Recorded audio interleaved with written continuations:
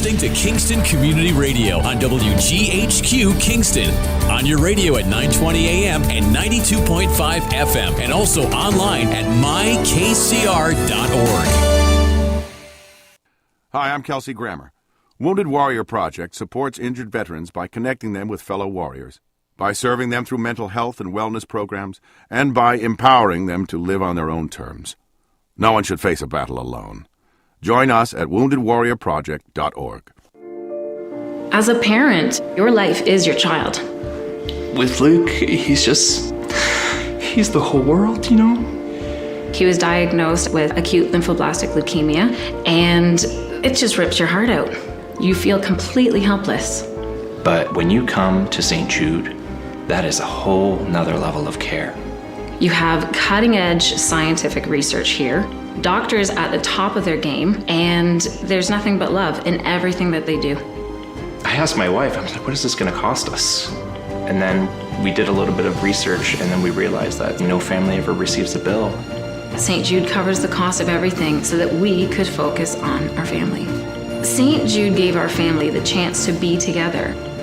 They saved our son's life, and we did not pay a cent. And that wouldn't have been possible without St. Jude. Finding cures, saving children. Learn more at stjude.org. Long ago, you wouldn't think of galloping on a horse while doing calligraphy, and you wouldn't have attempted to ride your bike while typing a letter. Yet you think you can safely operate a multi-ton vehicle while texting? Behind the wheel is no place to multitask. If you want to BRB, drive now and text later. Lives depend on it.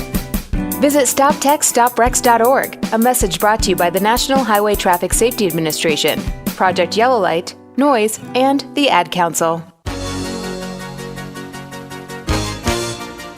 Hi, this is Jared Mans from the Spring Lake Fire Department, and I support Kingston Community Radio, and so should you.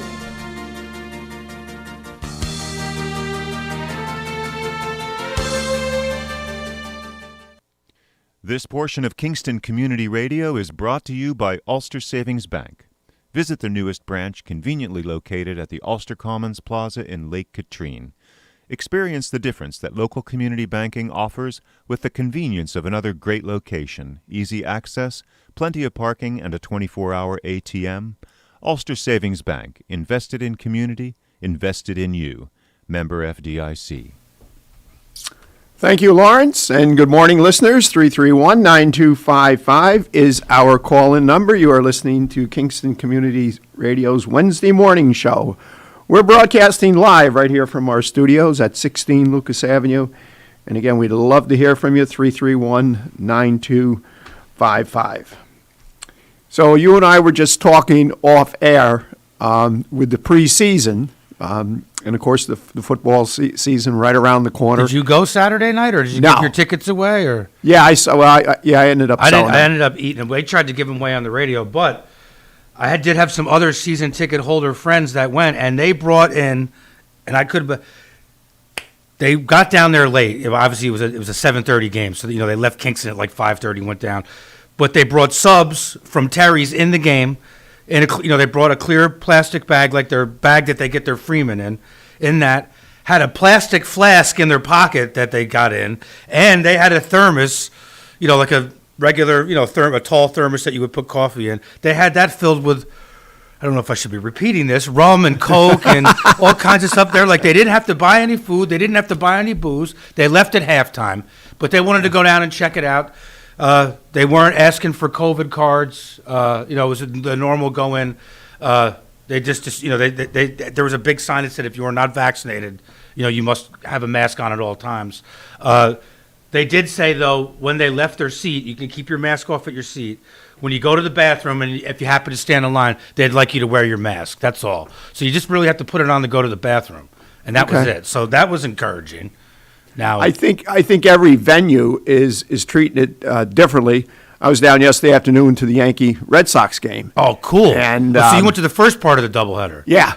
They won both of them yesterday. Yes, I know. Yeah, that's great. Yeah. Was that the first time? So you got to go to the first game this year that the Yankees actually beat the Red Sox, right? Yes. Or they beat them the day before. No, they played the Angels. They had a makeup game. That's with right. the, So yesterday with was the first. That's good, and they beat them twice. They're starting to climb back in it. Yeah. They're starting to look good. Yeah. They're watchable again. That's for sure. So anyway, there were no mask requirements. There were a few people that did have masks on. Was the sign there like the Giants though? If you don't have the vaccine? No. I'm actually impressed. If you look at other states in the country, New York, we're almost at like, what are we at? Like 78% vaccinated. I mean, for the whole state. Yeah, we're closing. We have really big numbers of. I mean, you look at Florida, and I love visiting Florida, as is you do too. I mean, I don't even think they're at 50% yet. They're not even close. No. Now Texas is a little higher. Obviously, there's probably more people in Texas than there is in Florida. But I mean, they have the same electoral votes. Who knows? But yeah, I mean, as all in all, you got to be proud of the people of the state of New York that, we weren't. I mean, as soon as I could get my vaccine, I was getting online and getting I wasn't waiting. I have a few friends that haven't gotten it, but haven't received it. But it's their choice. But I think, at this point, with Delta variants flying around, and I mean, the writing could never be any clearer on the wall. You look at those states down south where the vaccination percentages, vaccination rates are low. Where's your highest numbers of infections? It's in those. Florida is actually off the charts this year. Now, do you plan on going? I know last year because of COVID. Do you plan on taking your 6-week trip this year? And when do you guys usually 4 go? week. Right? 4 weeks. Oh, 4 weeks. Okay. 1 month. Yeah. Well, you deserve 6, Greg, so you should take 6. But do you go after the holidays, or do you usually wait till February and then go? February. First week in February. So you're always gone the whole week in March. February. And in January, middle of January, I, for years, have gone to our national conference. It's always in a warm weather city. This year, it's in Savannah. Oh, really? Yeah. Okay. So anyway, getting back to yesterday, have you heard of the Clear app? Clear? No, is that I use the Exler one for the what are you talking about, for the COVID thing? No. Now this it's called Clear app. It kind of relates in with COVID. So at Yankee Stadium and a lot of venues, there's entrances if they're marked clear, and what you do is you set up your profile in the app. You scan the front and back of your driver's license. You scan your face. And then there's other things you can also put in there, which I did, like my vaccination card. So the line, waiting to get into the stadium, I couldn't tell you how long that was. But the clear line. But the clear, walked right in. Oh, walked right on through. I hope they have that at Giant Stadium, because I'm getting on that one too. Yeah. Because you know how when you leave your car late, sometimes you could be online for a minute. Yeah. Longer than that even. Yeah. So the Clear app, I got to look into that. Yeah, and so how long did that take to set up? 5 minutes, real quick. Yeah. And basically, what I have been using, and I used it when you showed it to me months ago, is that New York Excelsior app. Excelsior. Yeah, I don't know how to pronounce it. Yeah. So I started using that when I got the vaccine back in April. But now when I fly, they don't even. I mean, when I first got the vaccine, April 12th is when I got it. I flew a couple weeks later. They were asking for my COVID card then. That way I wouldn't have to fill out the New York State Health Travel Guide thing. So I would show it. Now they don't even ask for it anymore. When I flew back in July, they never even asked for it. I flew twice in July. They never asked for it. But, yeah, that's good. The Clear app. I'm going to check that out. It was great. It's almost. So what did you do? Was your ticket on there too, or you just had to have?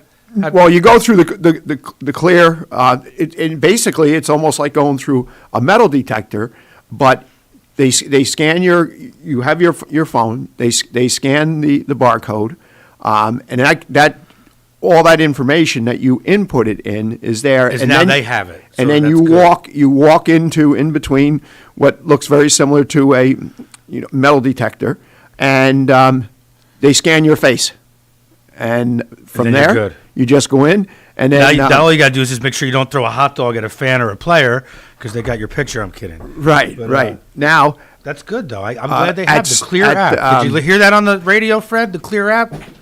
I heard you guys. Yeah, I heard you guys talking about that. I wasn't aware of it either, though. Yeah, no, that sounds like that's the way to go. Because standing online at sporting events, I mean, that could be. I know at Giant games sometimes if you take off from your car at like 12:15, everybody's converging onto the gate. Then you got to go through the metal detector. Well, this is prior to COVID, and I would imagine it's going to be even longer this year. But that's good. And for our listeners' benefit, if you didn't recognize his voice, Fred Costello, Supervisor Town of Saugerties, just walked in. Good morning, sir. Good morning, everyone. But, and of course, we were walking into the stadium like 1:45, 10:01. For a 1 o'clock game. For a 1:05 game, yeah. Wow. Yeah, and just... So what, the train got in late, or you just... Oh, no, we had to hit stands. You don't go did to... you drive, though, or take No, the train? no. So what out of Poughkeepsie you took the train? Yeah. So what, now, is that express on the way down? So you only 9 stops, right? Right, yeah. Yeah, so you got there pretty quick, but on the way home, or did you stay for the doubleheader too? No, because it wasn't a straight doubleheader. It was oh, that's two right. separate- There was like a 3-hour break. Yeah, it was two separate games. Yeah, that's right. The Yankees have been playing good. I know I was getting on them a couple months ago or a month and a half ago. I mean, they were playing like poop. Now they're playing. I mean, they're hitting now. I mean, they're playing good. Brett Gardner is like he's been phenomenal since the All-Star break. I mean, and they're getting some of their regular players back that are coming off the injured now, reserve how did list. Cole do on Monday? Did he win on Monday?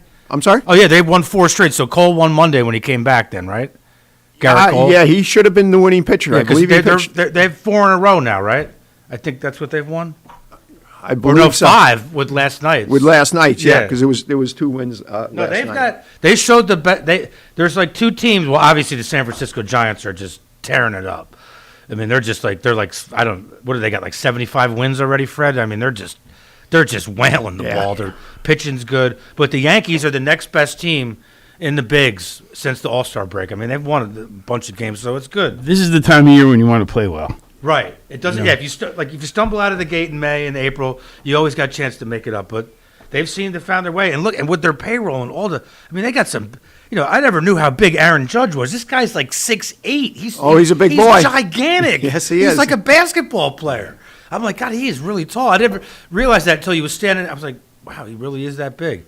And Stanton is pretty big too. They're pretty big guys, but it's good to see them playing well. So on paper, that team should be contenders for sure, and so should the Mets. Yeah. On paper, holy cow, they just can't get it right. Well, they were on fire prior to the break, and now they've seemed to stumble a little bit. But yeah, they're sputtering. They're other now. But now the Phillies and the Braves, there's other teams in their division that are playing good.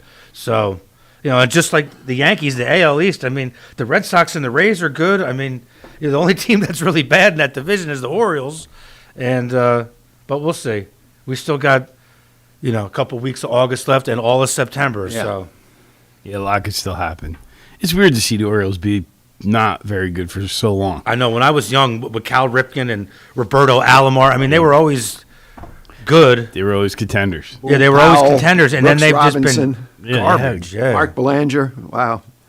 Now, one thing I was pleasantly surprised. I was very happy to see at stands. You had to show your vaccination either on your phone or your card, or you didn't get in.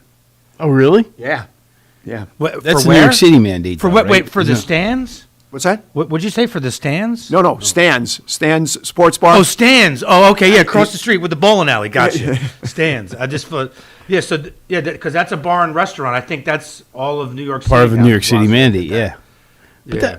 So if you had a picture of it, like sometimes I don't have it, like right now I don't have it in my pocket, but I did take a picture of it, and I have that how do you pronounce it? Excelsior. Yeah, Excelsior. Yeah. I have that thing. That's it. That's all you have to show. Yeah, that's all you have to show. But now that you're on the Clear app, you don't have to show your card anymore. No. At the stadium. No. Yeah. No, See, that's how TSA. And what that does is it just gets you through so much quicker. I mean, you don't have to stand on line with everyone I bet else. it would have taken us 10 minutes or maybe a little more to get in if we had to stand on the regular line. Right. Because, I mean, people are going to catch on to that. They do the checks. You still have to take and the only thing you have to take out of your pocket, or is not even out of your pocket, I wear it on my belt, is a cell phone. So if you have anything else, you don't. Now, did the Yankees go paperless this year like the Giants did? Okay. Yeah. I would imagine that's going to be the trend now for. I think the Mets did that as well. Yeah. I remember when me and Greg first found out, when my mother, because the tickets are in my mother's name, obviously. Greg's also a season ticket holder, and we first talked about it. I'm like, this sucks. I was like, how am I going to sell tickets like on StubHub, do all this? Now that I've started using it, I actually like it better now. Oh, it's a piece all the of- yeah. tickets are right here on my phone. Yeah. If I mean, I don't have any tickets for sale this year, really, except for one game. But if you happen to see somebody on the street, hey, you got some tickets for sale? Yeah, I got them right here. And you transfer Write them. me a check. I'll send them to you right now. Like, it's that easy. Like, I used to collect ticket stubs. You know, I'm like this new app. Yeah, I So think it's yeah, and pretty now cool. when you were ready to go to the game, the only thing is that say the people don't have Giants apps, you send the ticket to their text message. They have to actually download the Ticketmaster app, but which takes 2 seconds. Right, and then you get right. that in there. But I like it. I mean, I haven't used a paper When you ticket did on an the airplane City Field, in like did you 2 have years to use either. the MLB app? Yeah, Okay. yeah, because And did you the use that yesterday too? yes, Okay. because in both cases where I got the tickets from, they were all four were sent to me, and then that's the other nice thing. All you do is whoever's going with you, you just forward them to their Yeah, cell email phone. or text message. Yeah, they Yeah, just just a ask text for their message. first name. Once they click on them, I actually get an email that says, so and so has accepted your tickets. Right. And like I'm with this one guy for the one game that we go down to. The guy that sits behind me, we make a trade every year. I'm not allowed to pick a September or October game, but I can pick any November or December game. He wants my Eagles tickets. I don't go to Eagles games anymore. There's too many fights. There's a lot of Eagles fans there. They're upset about whatever they're upset about. They're like Red Sox fans. They're a little aggravating. They're all right. I mean, I'm not saying they're bad people, but they're just a little annoying. They're known for I that. had I had a friend that got beat up by Eagles fans like 12 years ago. It was at a night game. It was that. Remember the night the Giants had 12 sacks against Donovan McNabb and OCU Menorah had 6 of them? That was a Sunday night game. We came out of that game. He had a little too much to drink, but we got separated as we came out of the thing going to the car. There was like 8 of us. Him and a group of friends went another way. Me and Cameron and a group of friends went this way. And he never made it back to the car. And we waited around for him until like 1 in the morning. Turns out he calls me the next day. I'm in Hackensack General. I got staples in my head. And I Oh my was like- God, he got beat up that bad? He got beat up really bad. He got jumped by like 6 people. But he probably opened his mouth and probably, he probably did something stupid. But I remember just seeing a lot of fights that night and like Giants fans bleeding in the bathroom. And I'm just like, no more night games. 1 o'clock Sunday games. Get home, still make it to work on time. And so this guy my point is the guy that sits behind me, his wife is from like Ardmore, Pennsylvania, from Philadelphia. She's a huge Eagle fan. He's a huge Giant fan. So she likes to bring her family to the game. So we just swapped the tickets. And when we did, he gave me his 4. He gave me his 4 to the Raiders this year. I gave him my 4 to the Eagles. And it was done usually we had to do overnight mail, give him now the only thing I do have to give him is bring him the parking pass to the Broncos game because he sits behind me. So you do actually have to give the person, because the parking passes, they won't. That's still paper? Yeah, no, it won't. Have you tried that yet? Pulling the parking pass up, Greg? You know what? The barcode won't show up on the phone for some reason. Oh, that's weird. But we have a book of them, and that's what we're going to have to use. But they said next year the parking pass will work, so no problem. So this year we just got to use paper ones. Well, all along, from when the pandemic first started, we talked about there would be Permanent change. Yeah, there would be some silver linings and some new norms, new procedures, Right. Certainly, I mean, yesterday's experience. I mean, you can't beat that. Now, of course, as more and more people become aware of it, I only became aware of it a week and a half or so ago. I hope they do that for the Giants because. What was your experience at Saratoga? Did they have any restrictions there? Nope. I went up on the. Oh, that's right. He went after me. I went on the 23rd, and no, they didn't even ask about a mask. There were people wearing them, but not many. They weren't asking that as you come in the gate. Opening day, if you went up there and showed your COVID card on July 15th, you got in for free that day. You didn't have to pay the $7 or the $10. It's $7 for general, right? $10 for the grandstand, I think. I The believe opening so. day they did that for COVID, but there were a lot of people there. Like I was telling, I think Greg last week. That's when I felt more back to normal, being up at Saratoga. Everybody was eating and drinking, and sitting in the lawn with their coolers, and it just seemed like normal to me. So much fun, and we It take it is. for granted, but it's really. I think the next time I go, I'm bringing a cooler because I must have spent at least $200 that day. All happily though. I mean, I went with 350, came home with 200. I won on the last 2 races, thank God, or won on the race the 7th and 8th, 9th or whatever. But you know, it was $14 for a Heineken. I didn't drive, so, but they were a pint. But that's you know, they're not even that much. I don't even think they're that much at Yankee games. They're like 12, aren't they? A beer is like $12 at the Yankee game. I think that's what they were at SPAC though. It was a 20-ounce beer in a can. It was a pint. But it was like $14 or $15. But I had a sausage and peppers over by, you know where the band plays on that gazebo, Greg? Like it's near the back entrance, you know, like kind of like where the grandstand is. They had that sausage and peppers tent there. I don't know if you ate one. It was $17.50 for the sausage and pepper. It was like, I'm telling you, I could almost not finish this thing. It was like this long. It had 2 big sausage links in it, and then, you know, tons of peppers and onions. I mean, the thing was huge. I was like, after I ordered it, it's like, I don't even know if I can eat that whole thing. I mean, it was gigantic. I did eat it, but you got it down. Well, it's 17. I was hungry. Yeah, when you're there for 5 hours, you're just gonna have to, you know. Hey, you go up there for the ambiance and all that. You know, Saratoga's fun. I like being up there. You know, I went there. If I went home with $0, I still would have had a good time. I actually got to go home with a couple hundred. So you did fun. Okay. You did real well for winning that day. So there was no really money to win, but I went up with my friend from La Canard, the bartender there who works there, and we had a good time.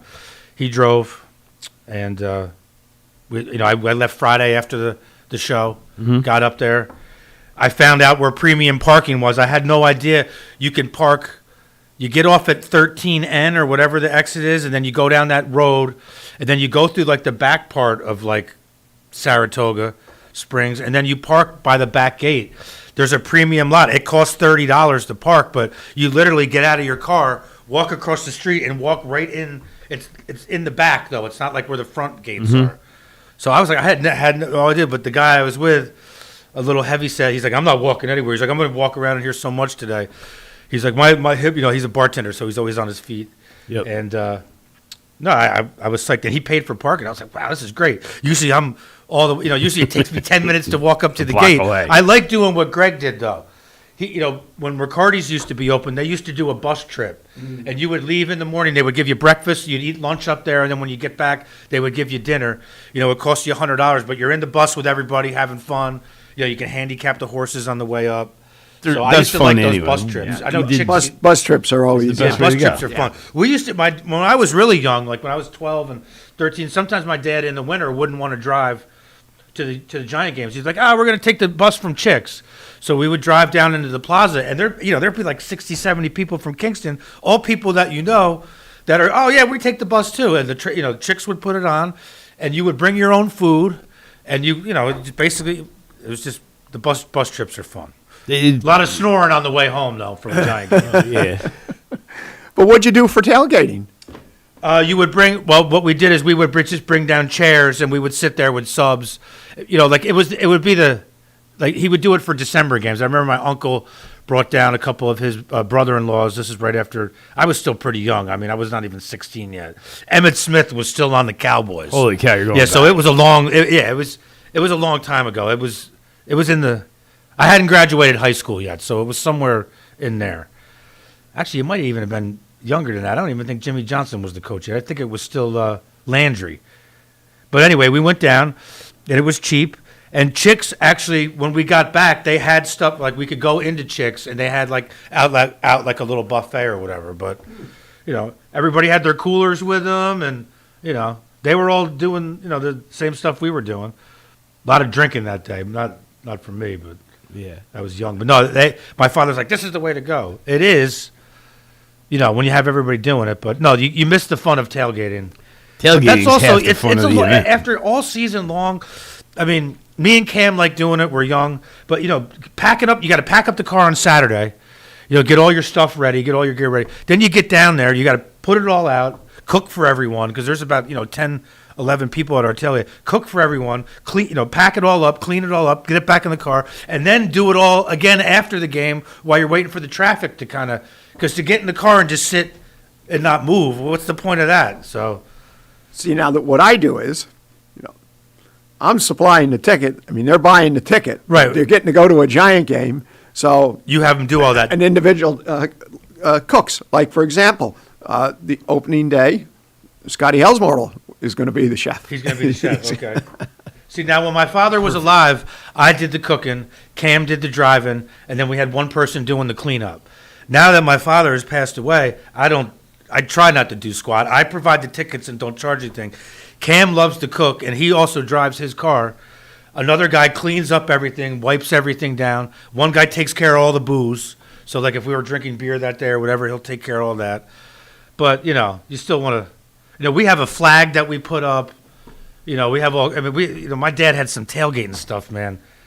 Like, giant cups, forks, and knives, and napkins. And, there's a big, I remember just going through him. He'd have a checklist every year that we would go through. Okay, napkins. And then we'd go up to Sam's Club and go through every aisle and get all this stuff. He's like, we're just going to buy it all for the year. Because we buy a lot of our steaks. We go to Sam's Club.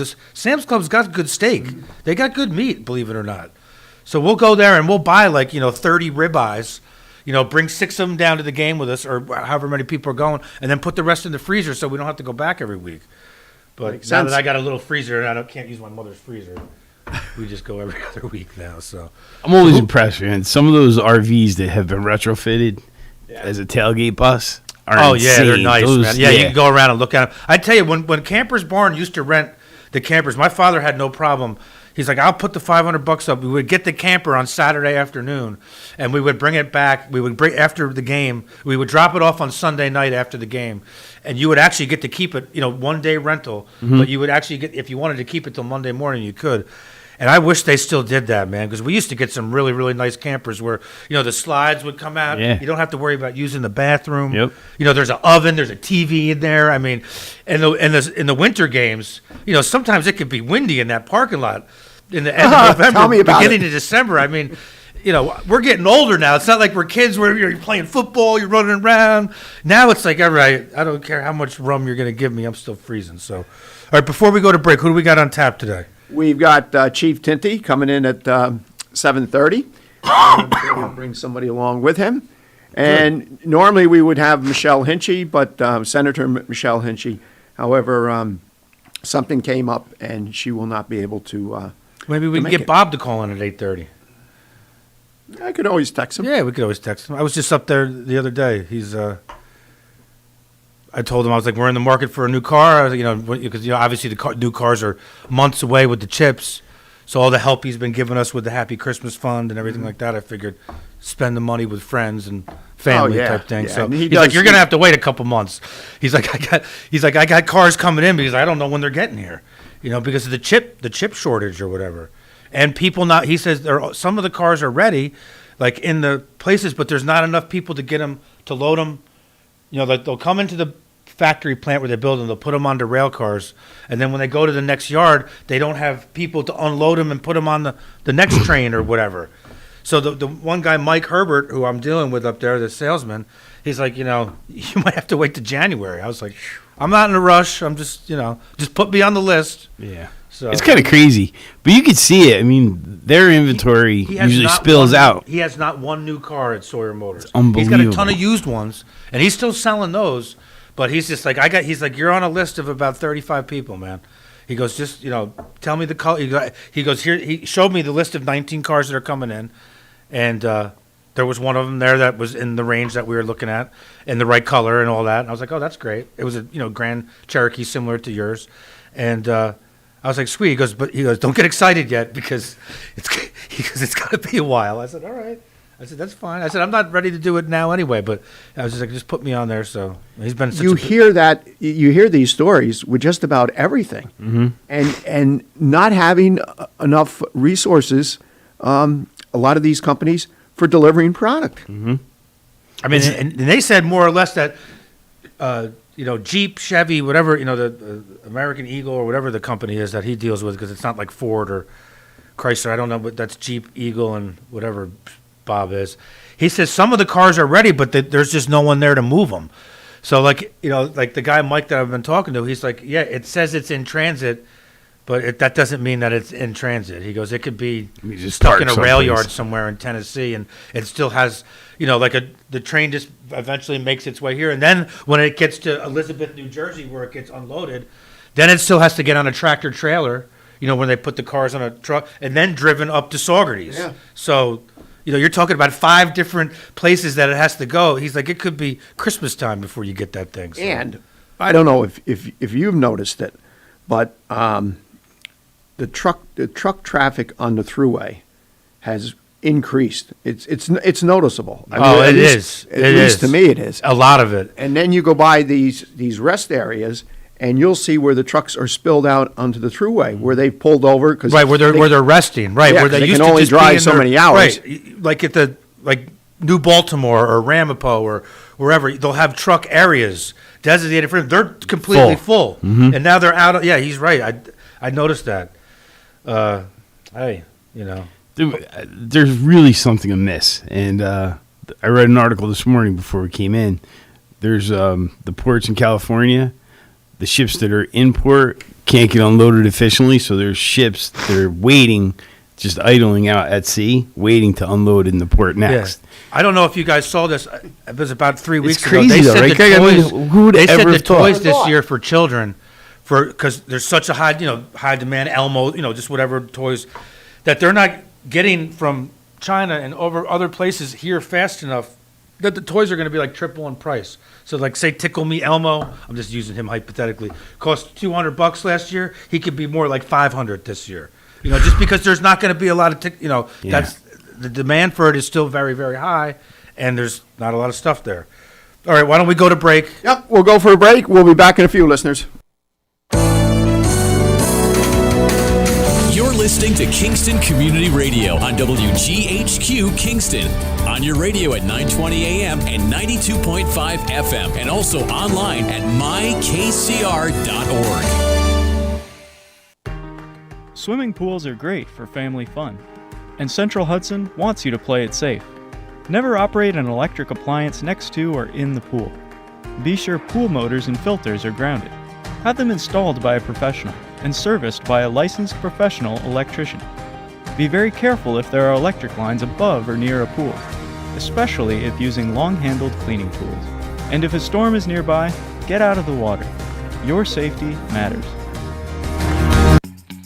Hi, I'm Steve Thomas for Habitat for Humanity Restore. Habitat Restores are nonprofit home improvement stores and donation centers that sell new and gently used furniture, building materials, and appliances to the public at a fraction of the retail cost. The Ulster County Restore at 406 Route 28 in Kingston needs your donations. Call our hotline at 845-853-7499 to schedule your free pickup. And thanks. Everyone is talking about healthcare these days. America spends twice that of other developed countries on our healthcare system, yet our health ranks near the bottom. How can we stop spending so much and getting so little? By shifting to a system that gives more patients access to strong primary care. Primary care can help make America healthy again. To learn more about the benefits of primary care, visit www.healthisprimary.org. This message is brought to you by America's Family Physicians.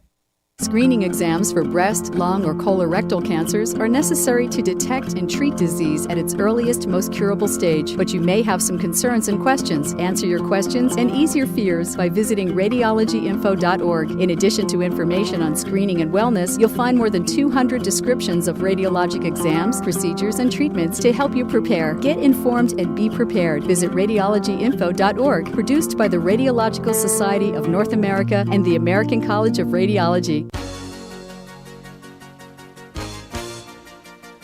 Hi, this is Winnie from the Rosendale Seniors, and I support Kingston Community Radio, and so should you.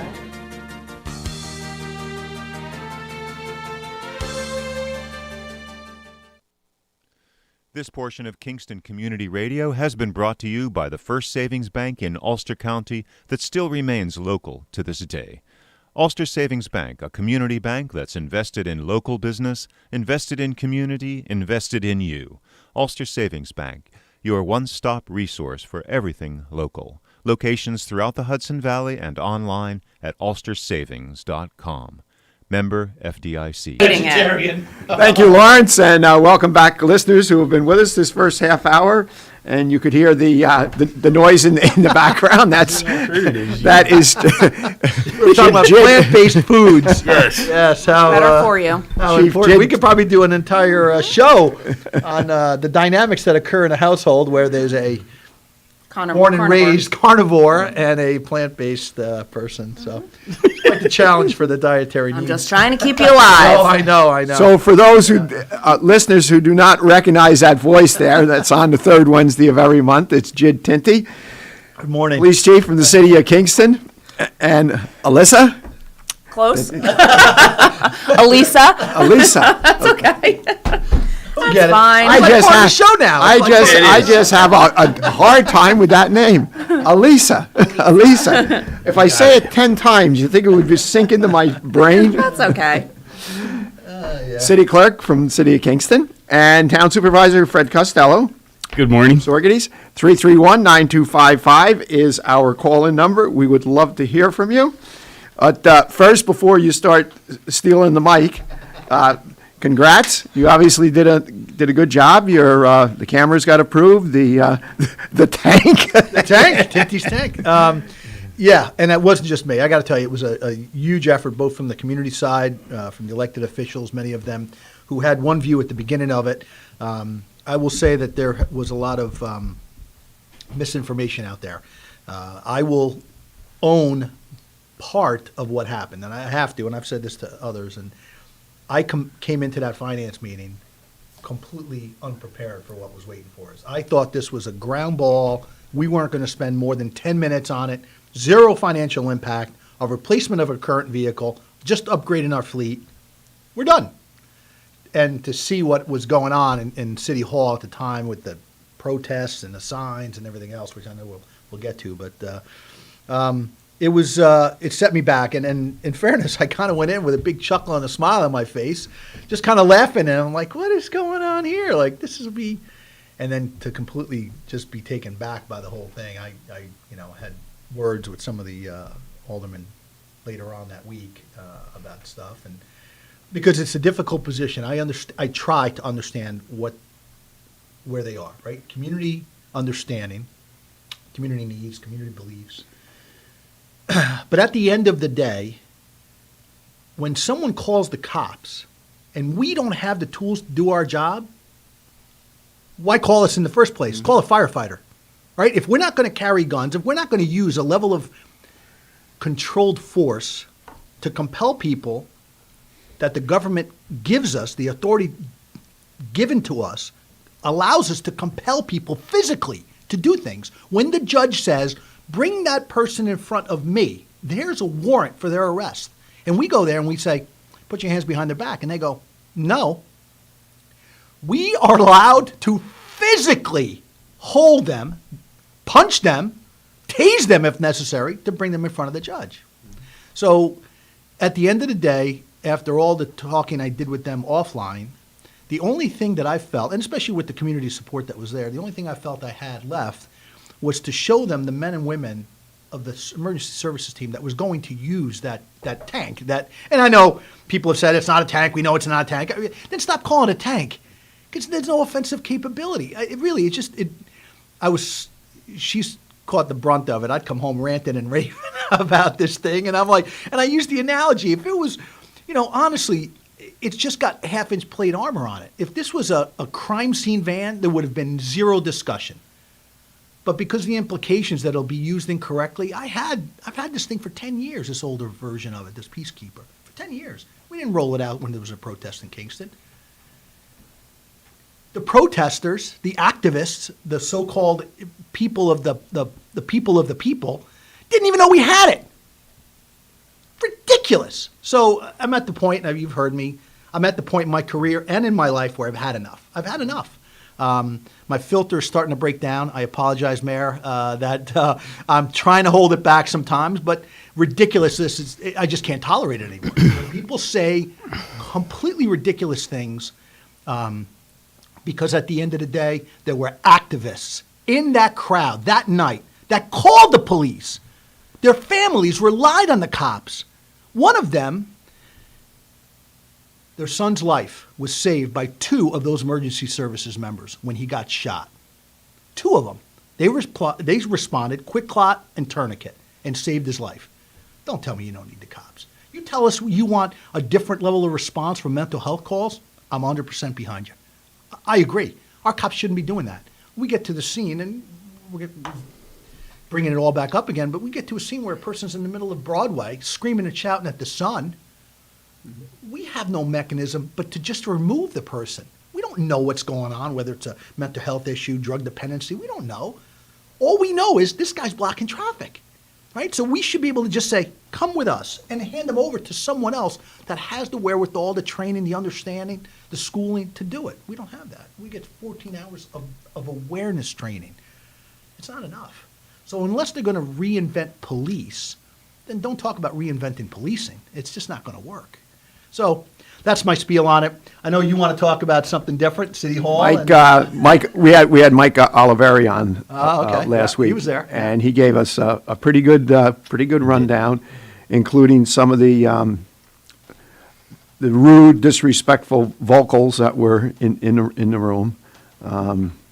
But you know, he said almost exactly what you said, not word for word, with the fact that so many people did not realize you had one, and it was sitting behind police headquarters. And the reason they didn't know is because you didn't roll it out to the protest that you had. You didn't roll it out to this. But again, and the cameras were also approved. Actually, that was a no-brainer. The issue with cameras, you know, is we've had tremendous the constitutional success. issues, the privacy issues, people concerned about Big Brother watching. Big Brother's watching every place. You come in here, they're watching. You Absolutely. drive, you're watching. You go through a toll booth, they're watching. She's watching on her cameras, on me. She's got everything. Aren't you? So, and it's funny because, you know, I would like to consider us as a family well-connected. Communication, electronic means. I mean, if you can't text, you can email, you can call. And then we just incorporated last year not only essentially a property-wide surveillance system on our property, because you know, I'm a security nut, but on top of that, even internally in the house, and because we are tenant to your father, who's almost 90 years old, we now have installed Alexa not almost, but every room in the house. So no matter where he is, we can track his every movement. And he's a great guy, born, raised in Kingston, traveled the world, and unfortunately now to his age, he's getting along. Well, he has pretty severe dementia. So we just gotta my track him, ability but- to drop in is what Alexa called, and talk to him and make sure he's okay when suddenly everything's quiet, or if I can't see him on the camera. It's been very, very good for us and for him. So, you know, I know that's our private system. We control it. We view it. I get all that. But at the end of the day, I can't tell you how many times, you know, recently we had an investigation that if it was not for a camera to catch the individual, we wouldn't have caught him. There's just no way. There was no intelligence, no witnesses, nothing. No physical evidence. We were able to just get the lead from a camera that was around the corner. And we said, hold on a second. We may have, and today with our Crime Analysis Center in Orange County and our crime analysts, amazing what they're doing. Absolutely amazing. When I tell you they're looking at clothing, they're like white hooded sweatshirt, right? They run their stuff and they're like, oh, this guy, that guy, let's track it. Where's he from? What? Oh, now we pare it down and they got two suspects. Amazing, like absolutely amazing. But this is what they do, you know. So we'll never get to the point of like Minority Report. We're predicting it certainly, but I got to tell you, it is truly amazing to see John Reichert, who's the director of the Albany Crime Analysis Center, is talking about the first in the state to go almost to real time. So as soon as a crime happens, his analysts are immediately on it. He's so well connected in that 4-county area that should Troy or Schenectady have an incident, they are able to get right into the records management system. They have investigators assigned to the CAC, and they're able to work the cases with the on the ground detectives. And so the officers on the ground would have real-time data about an LPR reading or a camera? Correct. Yeah, they'll say in the last 5 minutes we've had these 4 vehicles pass these locations. We've had, So not to mention the fact that social media is out there, right? People post all sorts of stuff, right? Whether it's Snapchat, Instagram, whatever it might be. And they are being routinely watched. You know, the public views of this are being watched. So there is a wealth of information. And I know facial recognition software is tabooed in some places and people think but at the end of the day, activists for cops, activists against cops, we all want to live in a safe community. That's what it comes down to. And there's only one way to do that. Put the bad guys, no filter, put the bad guys away. If they cannot abide by our social norms, what's accepted by us, if they're not stopping at the stop sign, and I'm not going to that extreme, but then they shouldn't be part of what we're doing. Stop at the stop sign. Again, minor infraction. I wouldn't lock anybody up for it. But clearly, if someone is shooting a gun in broad daylight, like what just happened in Poughkeepsie, they have no right to be out in public. And I'm not talking about restorative justice. I'm not part of the prosecution end of things. If you do good, you get rewarded. And if you do bad, you get punished. There's simple rules. That's the way they raise kids today. Did you take the cookie? Yeah. Don't take the cookie. That's it. That's it. So that's the way my kids were raised. Did they take the cookies? Yes. Did they get smacked? There's that balance. They're like, boy, that cookie was really good. Unless it was your mother. Oh, you want the cookie? Take the cookie. Yeah. When they went to my mother's house, that was a tough one. I say, give them the cookie. I give them the cookie. Okay, you want more all right, cookies? Mom. All right. All right. 150th anniversary. Yes.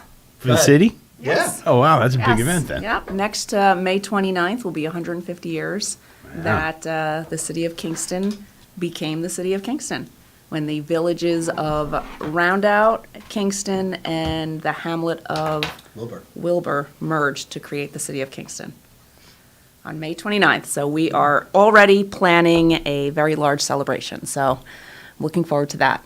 What kind of celebration? Like party balloons, cake? No, What are we doing? well, we have, so we've already, there's a committee of myself and Taylor Brook, who's the Kingston historian, Paul O'Neill, few more people. Nina Pashupek is going to be joining us at our next meeting, and we're planning citywide celebration for not only that day, but for the whole summer, actually. We have a tremendous amount of history, and we have a lot of unbelievable documents and relics, and you have She stuff. pointed at me when she said relic. You have some interesting things that we're going to put on display from the police department. And so it's funny because I myself am not much of a historian. To me, they're not antiques. It's just the way it is. I apologize for those that may be slightly offended by it, but I'm like, oh, look, it's old. Throw it out, right? Oh, a corded tool, right? When we talk about work tools, I'm a construction guy, and oh, it's got a cord. Garbage, right? I do everything cordless now. It's just the way it is. Not that I throw it away, but so when she talks about the history, she lights up about it, right? This city clerk position has been tremendously rewarding. I'm speaking for you. Feel free to grab the mic, but you really, the change in your energy over being chosen for the city clerk's position. I love it. Right? I absolutely love my history. job. She'll come home with these. So grateful to She'll the say at mayor. the dinner table, "Fun facts, kids. Fun fact." And then she'll start to spew something, and I'm like, "But that happened in the early 1900s." Yeah. What about the mayonnaise? Is this vegan mayonnaise? Like that's more important right now. So, but I love it too, though, because it's fun. Yeah, I had a fairly decent understanding of Sardi's history, but as supervisor, you learn all this new stuff all the time, and it's just you can't stop going down the rabbit hole. Yeah, You I just went to get this more and more. meeting, and it was just I couldn't get enough information. It was just I came home and was trying to made everybody listen to me. Well, she did, I too. forced She wouldn't everyone to serve be dinner. quiet. She wouldn't serve dinner Let me until tell she you got, what happened. Let me tell you, Old Dutch Church. This is what happened, right? And she went through everything, and she stood up, and she was like drawing stuff on the wall. And Not quite. and I'm like, okay, that's good. But yeah. it's really I love it. I love it, and I'm very excited to be a part of it. So what were the three hamlets? It was Wilbur, Rondout, And the village of Kingston. and the village of Yeah. Kingston. Okay. Do we know how the town of Kingston ended up being town of Kingston? I don't, but I can find out for you. Find out about that. And I'll report Next back. month, that's our show. We're already good to go. I'll report back to you. That was always curious to me, and there has to be a Tune story in to for that. next month's show. Yeah. Yeah. I never thought about that. That's interesting. Yeah, no, she's. Yeah, so we're going to be in City Hall. The mayor, again, he's wonderful, and he humors me and lets me do some things. So I asked him if we could do some displays in our lobby now that we're back open to the public, and he said, sure, absolutely, and then directed me to some places where we have stuff stored that I didn't even know existed, and so we're planning. My office is planning to do monthly displays showing the history of Kingston. So one will be the police department, and 1 month will be the fire department, and Cool. some other Very things cool. that we have. Yeah. Yeah. So I'm very excited. Yeah, it should be. We did the quadricentennial, what was that, 12 years ago already for Sorgeties. but it was just this fun event. We had a gala event, and then we had all this celebration of history all through the whole year. And each one of those was unique, and it was kind of neat to have this overseeing perspective, because you tie all these little pieces together, and you're like, oh my God, really wild. And even like a road going someplace that wasn't there, or a bridge, when they finally put the bridge across the Esopus, it changed everything. Yeah. That was, really, it kind of cemented those communities together in a way that before it was over there and over here. And then once that bridge was there, they were joined permanently. It was kind of neat. Yeah, it is. Yep, very exciting. And then I had to go down the rabbit hole farther, because before the Red Bridge was on 9W, you would go through a neighborhood, Berkeley Heights, and down through a cornfield, and there's rocks where the wagon wheels before the dam, the creek ran very low. Okay. And there's wagon wheels that wore into the bluestone and limestone rock, and that's where everybody would cross because it was shallow there. Pretty cool. Yeah. But it was just so curious to kind of do it. And really fun to find that stuff. And it's pretty neat to see it, because had I not been pointed there and I walked past it, I'd have been like maybe curious about it, but I wouldn't really taken the time to understand what it was. But going back on the mission to find it, I was like, oh my God, there it is. It's kind of neat to look at. Yeah. Very cool. Yeah. Pretty cool. Yeah, there's like I said, I'm not much of a history buff, right? That stuff interests me. I'm like, we have that property out in Marbletown, and when they were putting in the solar field in the back, they had people come in, archaeologists, I guess it was, and looking for all this stuff. And there's a foundation back there, a house foundation right next to the old O&W rail tracks, and I guess it's being referred to as the Caleb House. And it's just a foundation now. All the rocks have fallen in, and I'm like, all right, well, we should probably clean this up, grab the excavator, clean. And she's like, what are you talking about? Touch that. You can't do that. Touch It's on the actual survey map. And I'm like, it's just a bunch of rocks. Well, She's our like, driveway was a road. Yeah, so it turns out that our driveway used to cross the O&W, connect to Hindley Road, which connects to Lucas Avenue. And it used to be the path that people would take in between Hurley and High Falls. That was the only crossover. And in fact, the guy that had the property before us, Frank Brooks, said, as a young man, he used to remember people taking their Jeeps and four-wheelers through there. Connecting through there. And so we're like, wow, yeah. So we were wondering why our property survey map shows us owning property on the other side of the rail trail. And so we looked at it, and we still have a right-of-way to get to Hindley Road. I guess that's how you pronounce it, off of Lucas. So, Hindley Road is a small road. Ours is a driveway now, but amazing, right? Amazing how that I'm like, oh, okay, well, what are we doing with the foundation? She's like, you're leaving it. I'm like, okay. Absolutely. But yeah, it's interesting. It's it's certainly something. I mean, for us, it's you're reforming him gradually. He's interested. He's trying not to be. Yeah, I'm like this. Boy, that's really cool. Is that real mayonnaise? Yeah. That's how that usually works. But yeah, when she comes home from these meetings, I mean, there's no denying that the premier historian, I mean, as much as Taylor's doing a great job with it, was Ed Ford. Oh, right? Ed Ford was, That absolutely amazing, the knowledge this guy had. Like he was here when it happened type of knowledge, right? So, and the volumes and volumes of information he must have had in his head was just unbelievable. Yeah, it's pretty neat. So we had the detective lieutenant just retired, Terry Crozier. He retired, is now doing something else. And after many, many years with us, he and Cliff Tremper, the lieutenant who's running patrol for us right now on the day shift, are essentially the department historians that we have. So Terry took it upon himself to scan every page of the 6 volumes of binders that we have for the minutes of the meetings of the police commission since the police department was formed. You didn't tell me this before. Yeah. Yeah, so when I do the month of the police department, I know I'm not going through you. I should contact Terry and Cliff.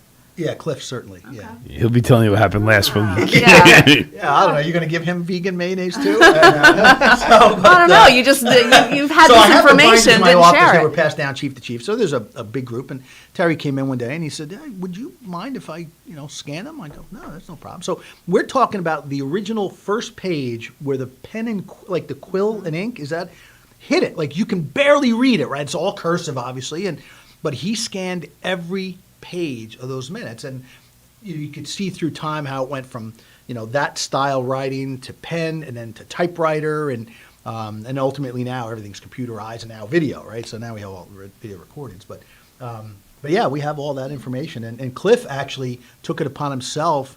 I think he has, I don't want to misspeak, but almost for every member of that department that's ever served, even if it was a short-term capacity, because we've hired people that have started in January and left our department in March, right? They just were there for 2 months and got a position with state police, FBI, whatever it might be. And so I believe he has a picture of every officer that has ever served City of Kingston. I'm pretty sure. Wow. I think it'd be rare if we didn't. But Cliff is definitely.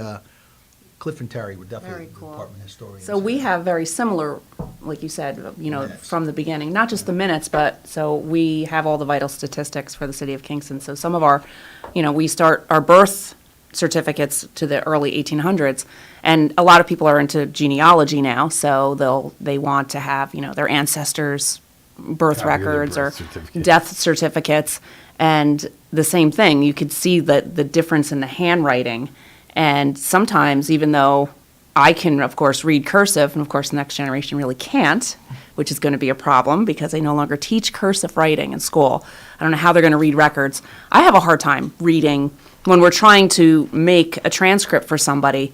Sometimes there's several of us going, what letter is that? What do you think that is? Let's try, and we spend quite a bit of time trying to figure out the writing of some of the early certificates. That's definitely a lost art. It is. You don't say that just because it's beautiful to look at. Those folks took time. Their letters are all the same size. Gorgeous. The tops of all the lowercase letters meet. Dipping it every other letter, right? It's just incredible, though. And what else is really interesting that we've seen is going way back to marriage license.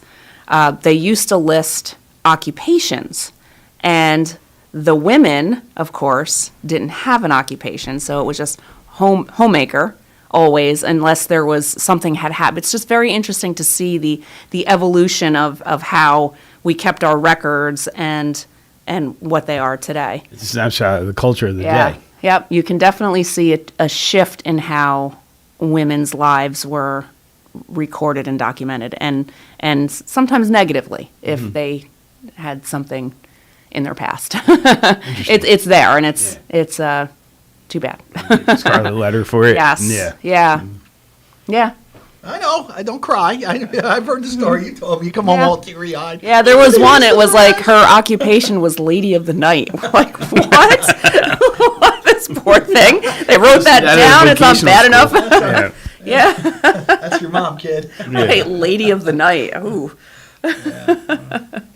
But yeah, there's certainly around. I mean, that's the one thing for us. I see the Hudson Valley. I mean, we are definitely history rich, right? I mean, there's no doubt about it. From the first settlers type of thing all the way up here, it's amazing. And I really should take a better role in it, a more interested role.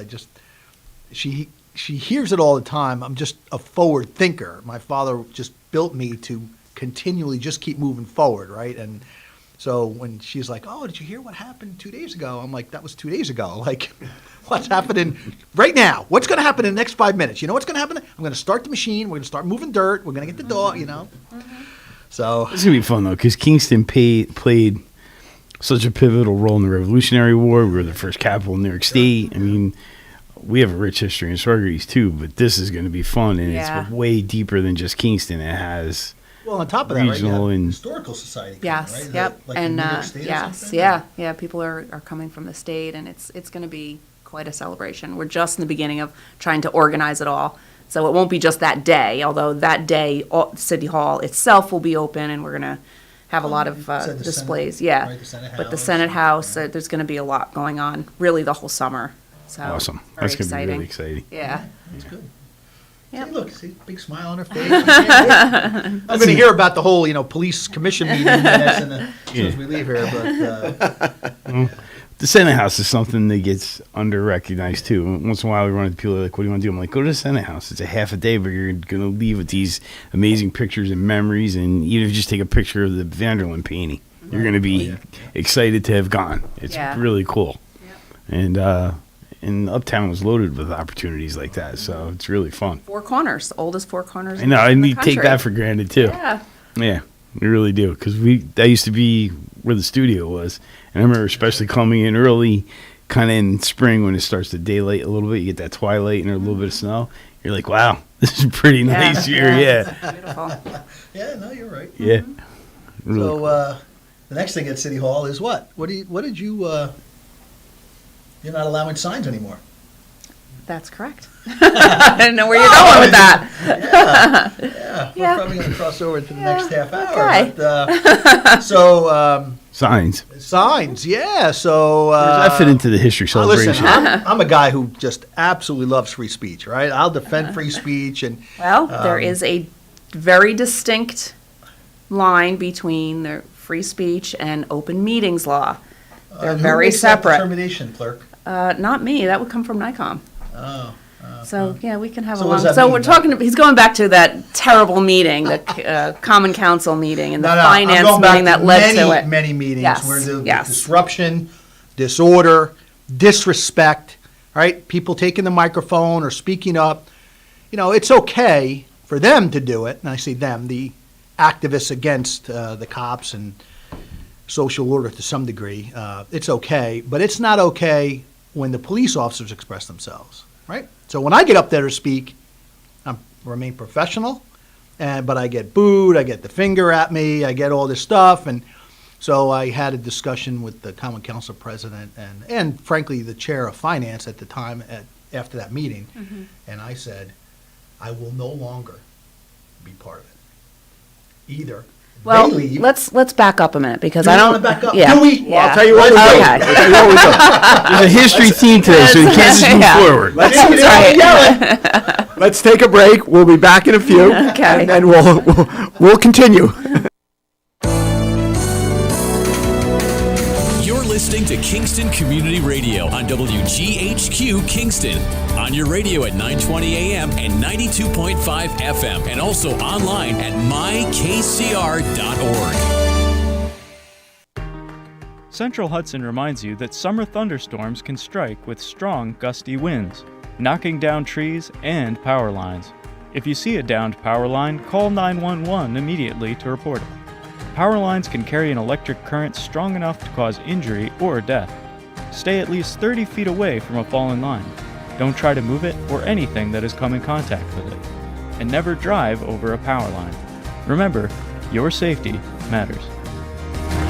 Question: what will you find on all over-the-counter or OTC medicine packages to help you choose the right drug and use it safely? The answer: the drug facts label. This label lists the medicine's active ingredients and purpose, how much to take, and warnings you should know before using it. Remember, even OTC medicines you buy without a prescription can cause side effects you don't want. So follow the information listed on the drug facts label. For more information, visit fda.gov/drug facts label. A message from the U.S. Food and Drug Administration. Introducing the YMCA. Sure, you know the Y for a swim or a game of hoops, but we're more than that. We're a cause. When you take a jump shot at the Y, someone else is getting job training. Practice yoga as a team practices her leadership skills. We give people of all ages, incomes, and backgrounds a chance to learn, grow, and thrive. So while you might think of the Y as the place for lifting weights, we're also about lifting entire communities. That's the Y. We're so much more. Visit ymca.net/more. Hi, this is Tony Marmo from Norman Staffing, and we've been bringing together employers and job seekers since 1980. If you're an employer and have job vacancies, let Norman Staffing help fill them with permanent or temporary workers. We screen, interview, and recommend the best candidates for your company. We make the employment process easier and faster for you. Please call Norman Staffing for your employment needs at 338-9111, 338-9111, or normanstaffing.com.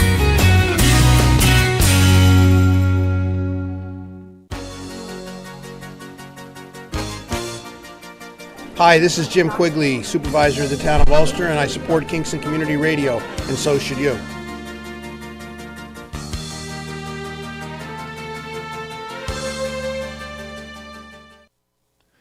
Rondout Savings Bank has a long history of serving local communities and maintaining a strong tradition of customer service excellence while providing each customer with the personal attention they deserve. Rondout Savings' approach to community banking puts you and the growth of your business in the front of everything they do. They're a different kind of bank and would like to tell you why, so please reach out to one of their expert business bankers for an appointment and let them show you what they can do for you. Rondout Savings Bank, always working for you and the community with branches in Kingston, West Hurley, and Hyde Park. Also online at rondoutbank.com. Equal housing lender, member FDIC. The old Snyder Farm. Thank you, Lawrence, and welcome back, listeners and viewers who have been with us. Those just joining us, 331-9255 is our call-in number. We have Kingston City Police Chief Jed Tinty with us, and we have the city clerk with us, Elisa. Hey! Congratulations, I got it right. You've been waiting to say that.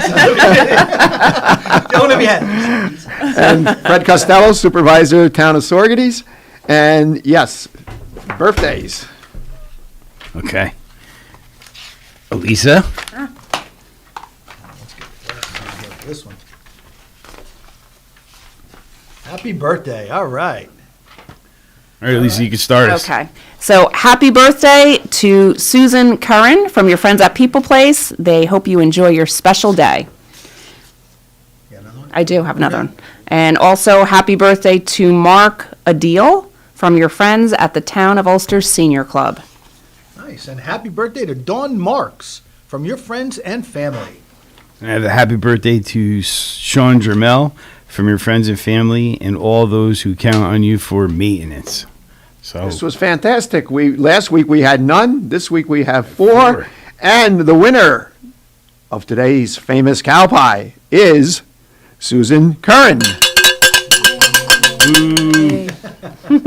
Susan, congratulations. Happy birthday. When you get the opportunity, get down to Boy's Dairy Milk House, 62 O'Neill Street, right here in Kingston, New York. Pick up that famous cow pie, which is courtesy of Boy's Dairy Milk House and Kingston Community Radio. And please, listeners and viewers, continue to send in those birthdays. The more, the merrier. Very easy to do. You can email to kcr921@gmail.com, or you may postal mail Kingston Community Radio, P.O. Box 4364, Kingston, New York 12402. So once again, Susan Curran, congratulations. Happy birthday. Have an awesome day. All right. And I believe we have a caller. We do. Good morning, caller. You're on air with KCR. Good morning, Elisa and gentlemen. How are we doing today? Good morning. Good morning, George. How you doing? Hey, good. Two things. First, Fred, I want to thank you for stopping by last week and helping us with our raffle that we was doing at Adams last Wednesday. It was greatly appreciated. We had a terrific day there. And I'll be more than welcome. I'll be at Was it Adams successful? Again, but this will be for the Ulster County American Legion. Oh, you're doing it again? Well, this could be for our post. This could be for the county. Okay, County's cool. holding its raffle and stuff. They're going to be drawing that in January when the state commander of the Legion comes down for his yearly visit to the county. So we're collecting for that one, too. So like I said, I got a few hats that I wear and stuff. So, but I do appreciate you stopping by and everything else. And like I said, we had a terrific day there last week. So hopefully we can continue it this week. And on the other thing is, Chief, I'm glad to hear you got your cameras and you got your vehicle. Thank you. I'm all for that because, hey, people are not thinking properly. That is for defensive purposes, to get somebody who may be been shot or get civilians out of there without them getting hurt or without the officers getting hurt. So I'm very glad you got that, and I do not agree with the other side at all. It is not a military vehicle that you're going to use to intimidate people.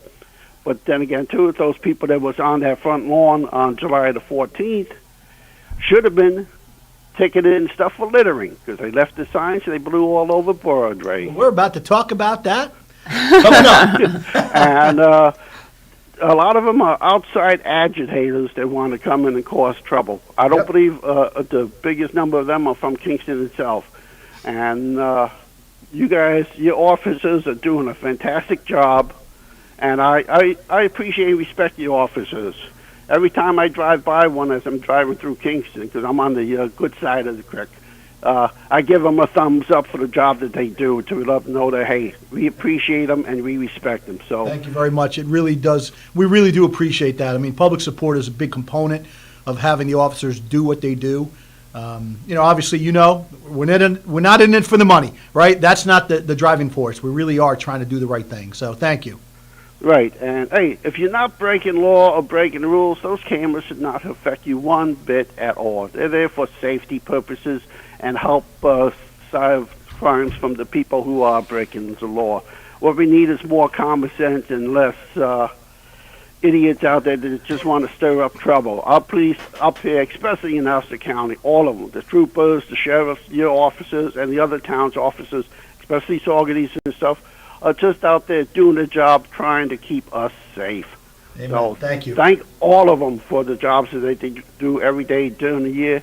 And you people have a great day, and I'll keep listening. Thank you very much. Thanks, Thank you, George. Good luck today. So before the break, she said, let's go back. All right, historian, Okay. let's go back. So we had an event at our finance meeting, which led into the Common Council meeting, which you have referred to, where they voted to get the vehicle. So before I say what happened, I want to make it clear, I'm not criticizing Rennie Scott Childress, who's the chair of finance. We really didn't anticipate the events that were going to happen at finance. So typically, our finance meeting, like all of our meetings, are open to the public. And during COVID, we had the Zoom meetings going, and I was in charge of controlling the Zoom meetings so that government could happen. Now we're back open, and of course, people are allowed to come into City Hall, which they still can do, right? Open meetings law, which I've gotten many lessons on this in the last couple of weeks, because I had to contact NICOM for guidance on. NICOM? Yes. What's that? You tell me, what is it's New York Committee on Mayors, yeah. So at finance, one of the items on the agenda was the vehicle. And like he said, he was, usually the department heads, if you have something on the agenda, you come before the committee and you make your case. Yeah. So there was the protest outside, and then they decided to come inside. Again, we weren't prepared for the events that led into that. There was probably 40 to 50 people who came in. They had very large signs with them, pictures, really this beautifully, whoever did it is very talented. They had 5-foot-high heads of the people who were killed around the country from police officers, yes. So because we don't have our new setup, we were in the center of the room. The protesters were completely around us, and there was not really any control over the meeting.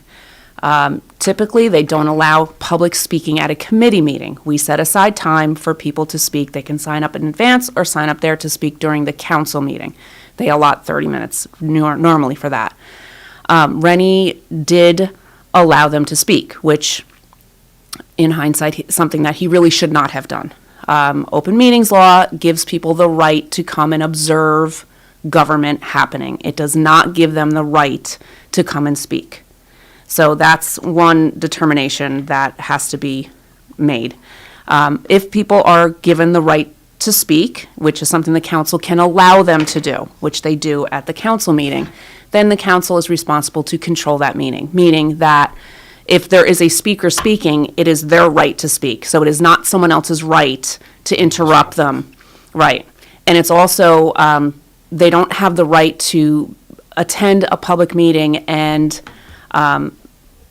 have something that would not allow the people around them to view the meeting that's happening. So a sign, these 5-foot-high signs, would obstruct the view of other people. So they should not be brought in. And there's a distinction between rules of the building and rules of the council. So the rules of the building, it's a government building, and of course there's no weapons allowed in a government building, and that's not something that we should have to tell people, but it's clearly something we do have to tell people. And, you know, really, what is a weapon? Is something that could be used, right, to hurt another person. Is a 2x4 a weapon? Well, it could be a weapon, right? So we have to make distinction over what's allowed in the building and then what's allowed to happen at council. So the president of the council has to control what happens at council. But the rules of the building are that you can't bring in anything that could be used for destruction of any kind. So, of course, no weapons, no sticks, no signs, you shouldn't. We shouldn't have to tell people that you can't ride a skateboard into City Hall, but apparently we do have to tell people you can't ride a skateboard into City Hall, right?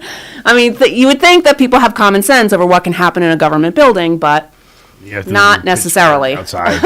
Right. You can't bring in musical instruments and play them during a meeting. And these are obviously now things that we now know we have to not allow to come into the building. So there are differences there. So leading into going from the finance meeting where Rennie, who's the chair, Rennie Scott Childress, he's the alderman in the 3rd ward, he allowed people to speak, and he had told them, well, I'm going to give you 30 minutes. And at the end of 30 minutes, he said, okay, I'm going to allow one more speaker. And they said, no, we have more speakers. We have 4 more. And when he said, no, we're not, I told you 30 minutes, their response was, well, then we're taking over the meeting. And the place erupted. So it became a situation that was uncomfortable for everybody who was there. So leading into council, now we knew what to expect. So, you learn from your past. So it's funny, we actually had both taken off the day of the council meeting, but we were both going into the council meeting.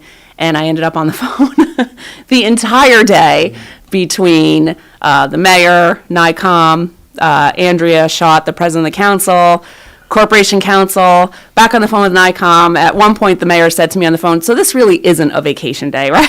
I said, no, this really isn't a vacation day. and the same thing with you. We really, we took off trying to get things done at the farm for our weddings, and was not a vacation day. So we now have more clear guidelines as to what's allowed in the building and what's allowed at council. There you go. So, at this meeting, again, I fully admit that I was not prepared for, I've been around activism, protests, I get it, right?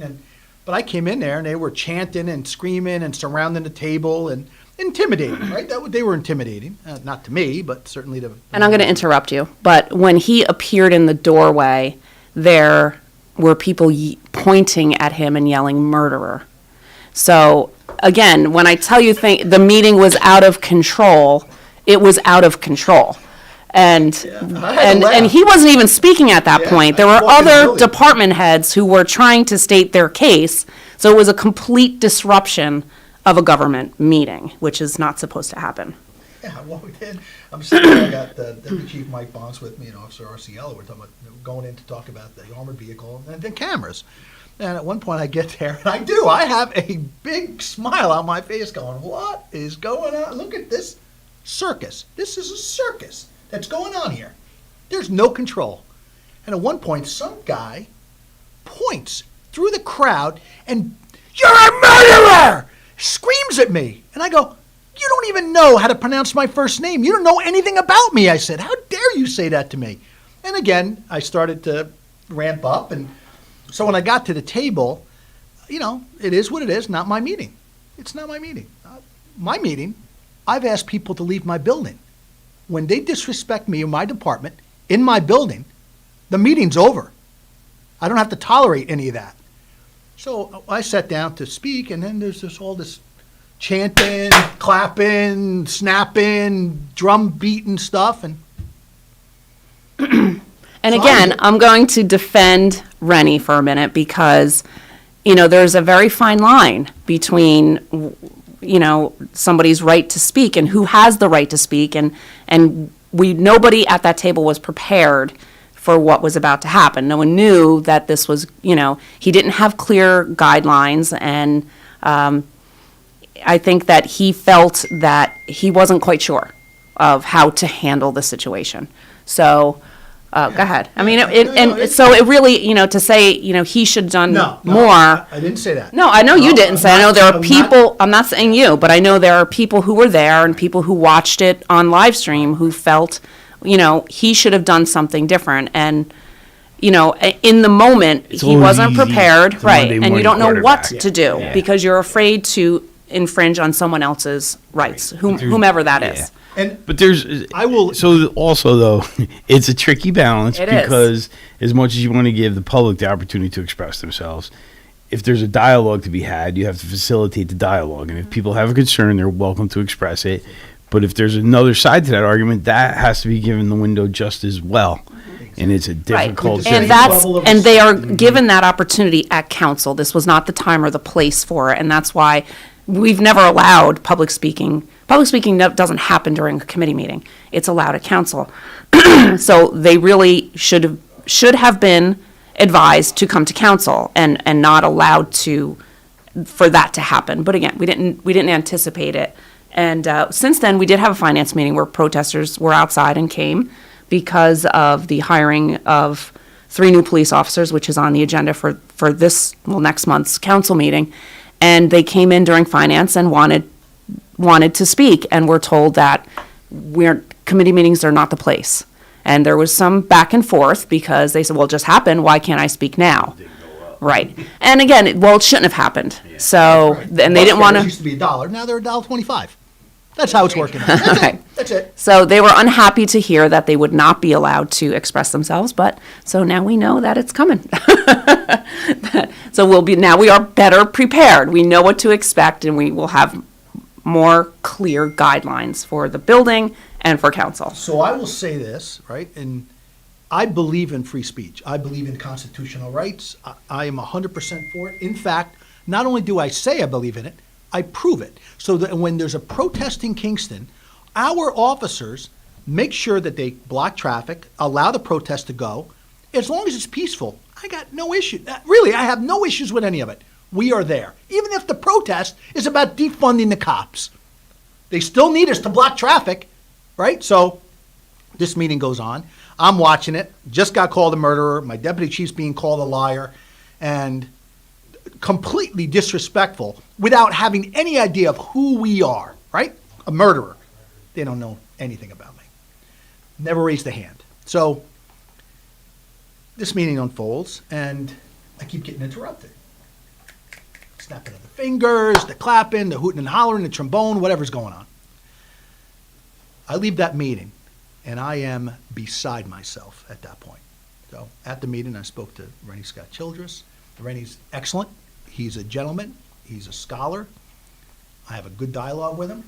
I made clear to him I will no longer compete for public speaking time. I am there to get what I need from the council as far as approval for equipment, funds, whatever it might be.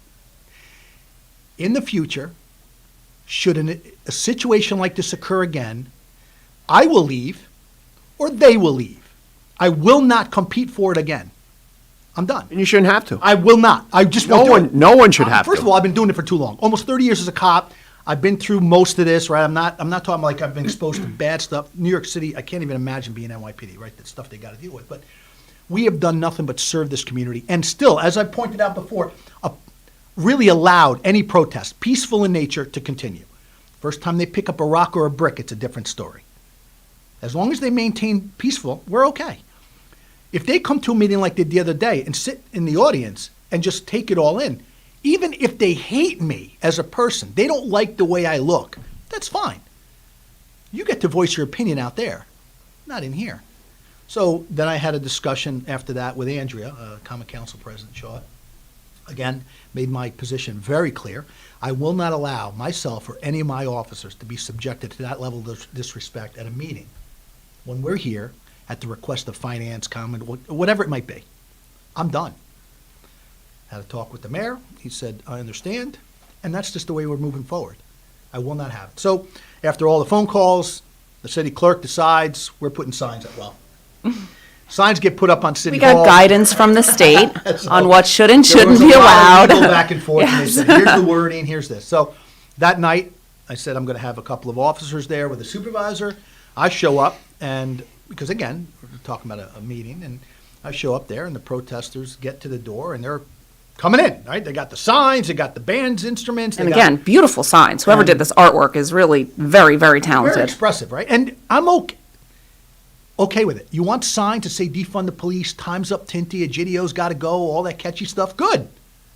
Not in the building, right? So, and we go back to Hal Turner rally in 2005. There was a lot of constitutional issues that came to light. And at the time, Don Williams, who was the DA, him and I met, we worked out some stuff, and he said, listen, people have the right to protest. You can carry signs out in public, but as far as putting them on a stick, because what was happening, and we got our information from Ohio, is they were taking hockey sticks, cutting the ends off, posting them, and now they've got a hardened weapon that they can rip the sign off now and use against people, right? Unacceptable. Because, again, the intent was not to be peaceful. They want to chant and carry on, I'm okay with it. Make the change. Elect different people. You don't like this position? Get someone in that office that's going to change that position for you. But to disrupt the meetings, especially when we're trying to do our job, I won't do it anymore. I won't. And I won't allow any officer to ever be exposed to that again. And again, it wasn't just the police. There were other departments. I know you understand.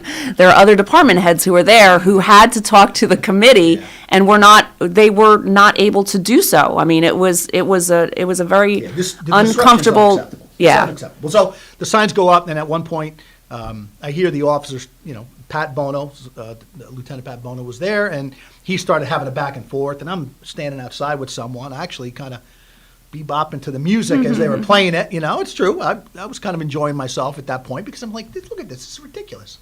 So I saw he was taking this. I'm not going to allow him to take the brunt of it. I walk up there, and Pat and I stand at the door, and there was right away, Facebook Live, and are you telling me you're not letting us in the building? No, you're not letting us in. I said, you're not coming in the building with the signs, right? I was okay. I'm like, listen, you're going to arrest us. No, we're coming in. No, you're not. You're not coming in, and you're not getting arrested. You can come in, you're but not not with coming in the building with that sign. You have to leave them outside. So they have to leave the musical instruments outside. You got to leave your skateboards outside. This is a government building, and these are certain things not allowed in. If you don't want to abide by the rules, don't come in. Just listening to what you said this morning, listening to what Mike Oliveri said last week, I'm surprised they listened to you and just didn't storm into the building. They weren't coming in that building. There was no way they were coming in that building. We already had a plan. So trust me, we're good, right? The police department in the city of Kingston is prepared. We're not getting overrun. And I understand the position of the activists. They have their beliefs as strong as they are. Some of it is that they have to disrupt the normal behavior in order to get the attention they need to their cause. I get all that. Not on my watch. They're not going to do it on my watch. I will stand alongside them, blocking traffic. As the chief of police, I'll block the intersection so they can get through with the sign that says, Tinty's got to go. I'm okay with that. But they cannot break the law. They cannot break the rules. If they want the rules changed, elect someone different. That's it. As George mentioned on the phone, there's simple rules, right? You can't do that. You can't pick up a bottle and throw it at a cop because he's wearing a uniform and think it's okay. It's not okay. Someone is going to answer for it.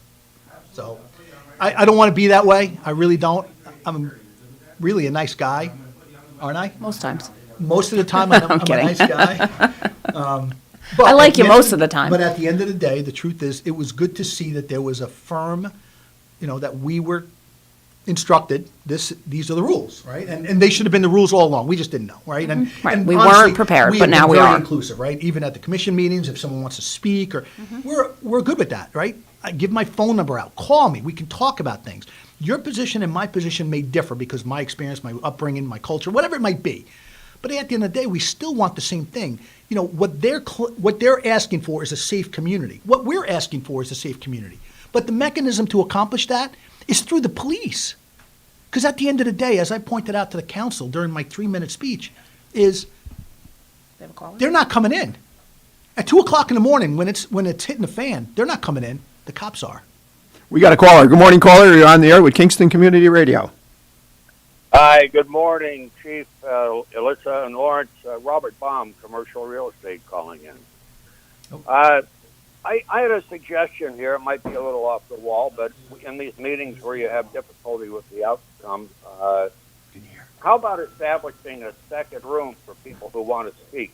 You already have Zoom capability there. Separate the attendees from the board meeting by camera, and when the 30 minutes expires, turn off the cameras.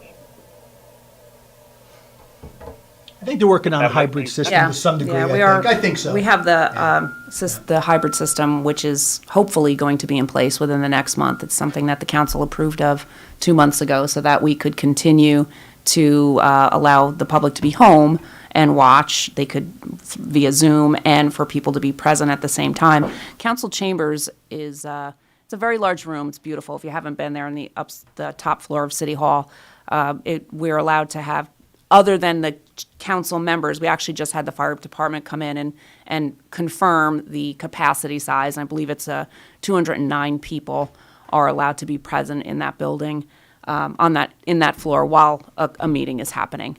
So again, it's a very fine line on having people there because of open meetings law. They're allowed to be present to view, to observe what's happening. And for us to, when we went to the Zoom meetings, that was, of course, an executive order by the governor.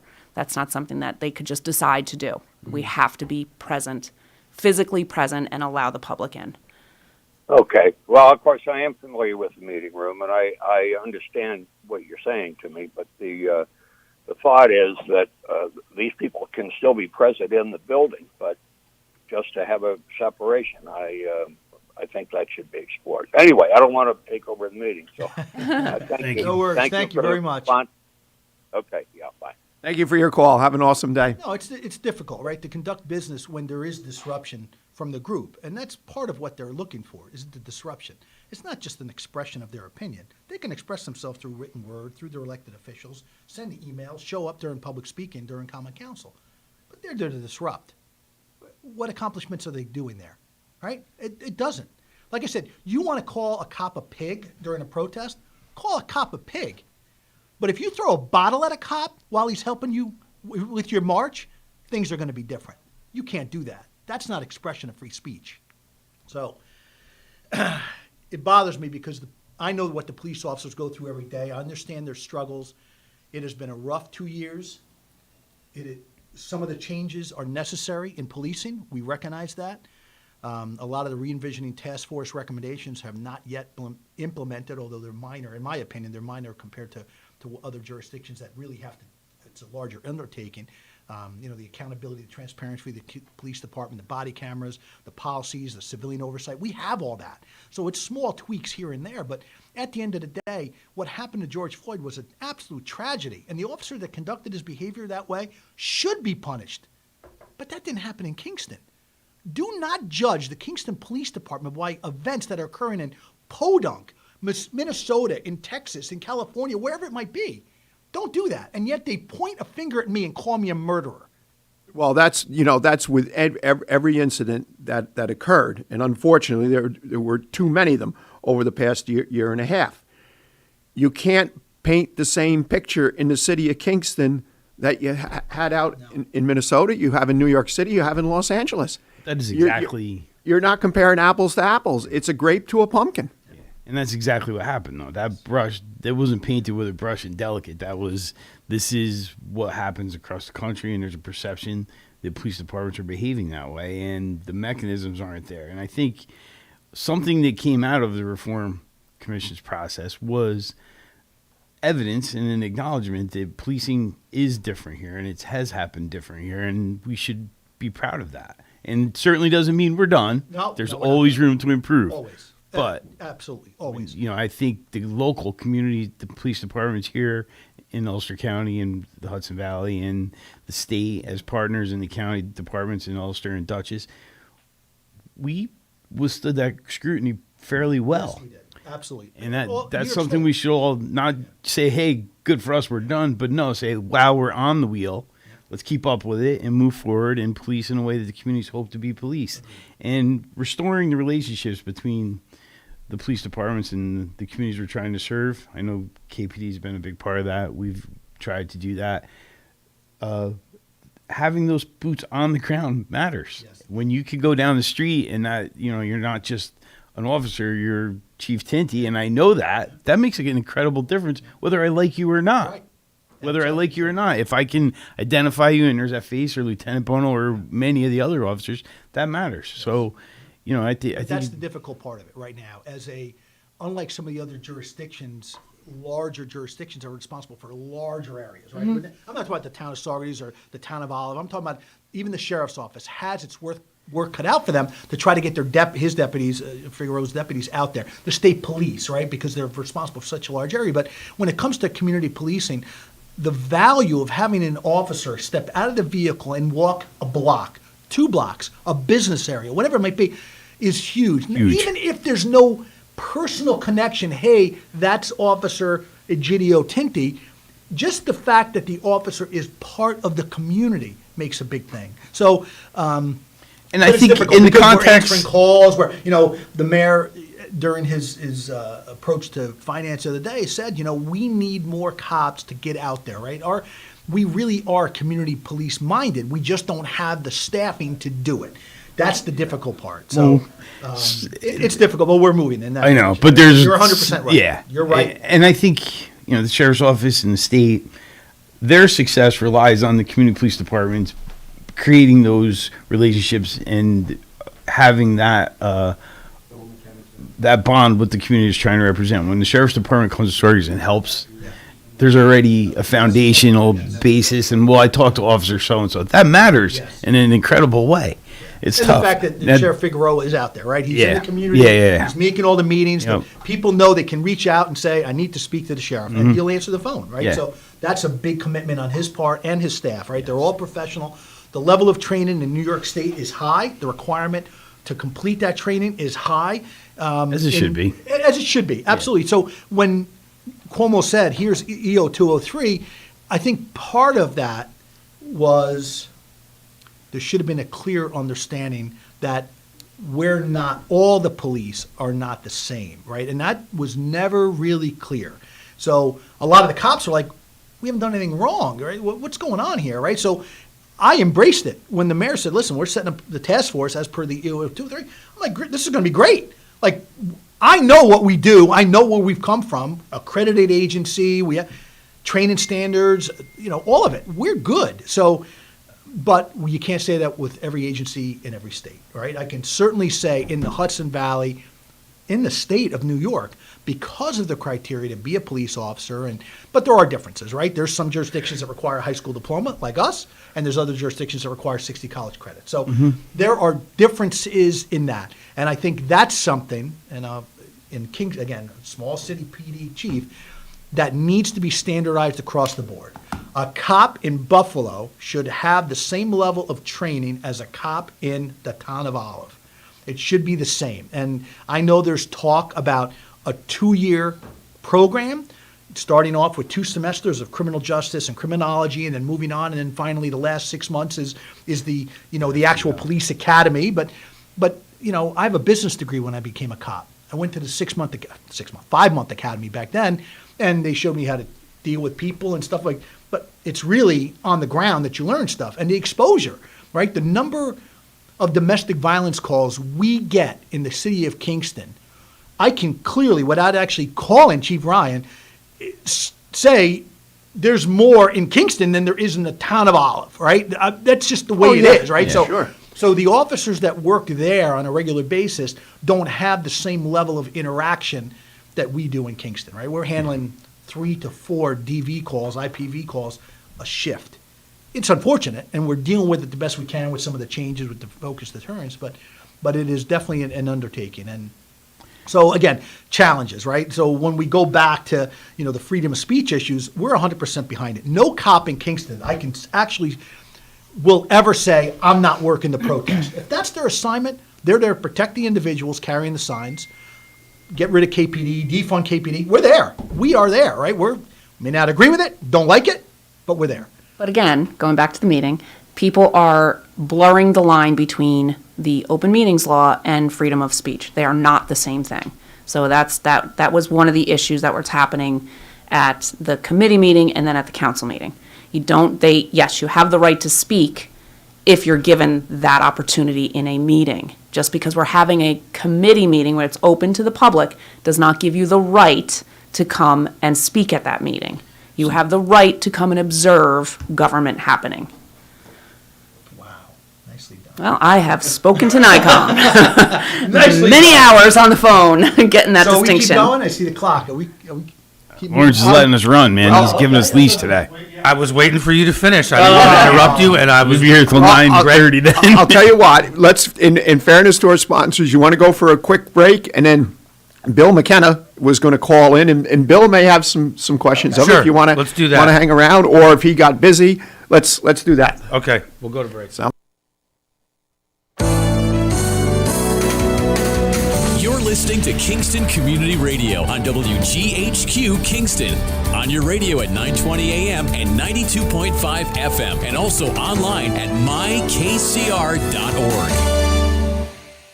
There was this one time I went snorkeling in the Caribbean when I was a kid. It really just blew my mind. We saw the most beautiful corals. I remember thinking they were waving at us as they moved with the ocean. And then there were all these amazing fish. I'll never forget it. It completely changed the way I look at the ocean.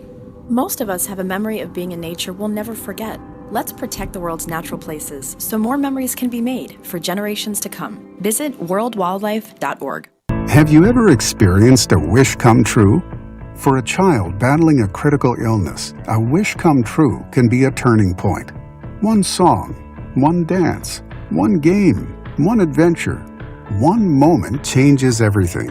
Make-A-Wish needs your support to grant the wish of every eligible child. Visit wish.org now to help grant more life-changing wishes. Together, we can transform lives, one wish at a time. This is the story of Daniel, who was born 2 months early. His lungs weren't ready. His heart wasn't ready. His parents could only hope that one day he would leave the hospital healthy, and they would all live happily ever after. Daniel's is just one of the more than 500,000 stories of babies born prematurely last year. You can help the March of Dimes stop premature birth and bring more babies home healthy. Learn how at marchofdimes.com. Working together for stronger, healthier babies.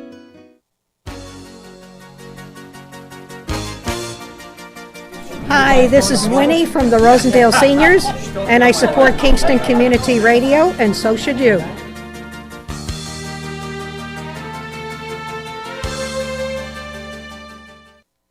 This portion of Kingston Community Radio is brought to you by Ulster Savings Bank. Visit their newest branch, conveniently located at the Ulster Commons Plaza in Lake Katrine. Experience the difference that local community banking offers with the convenience of another great location, easy access, plenty of parking, and a 24-hour ATM. Ulster Savings Bank, invested in community, invested in you.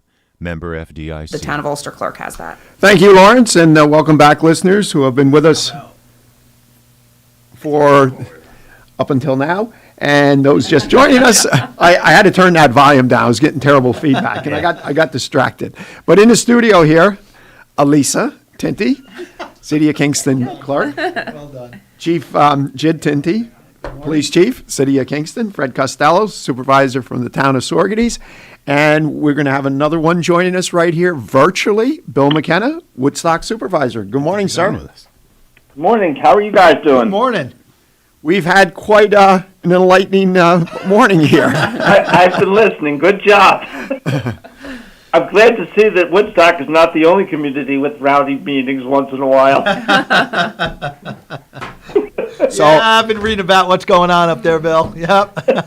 I'm trying to fly under the radar for the moment, that's for sure. So, Chief, I do have to agree with you. Woodstock felt the same way when we had the issue come up and had to go through the governor's decree.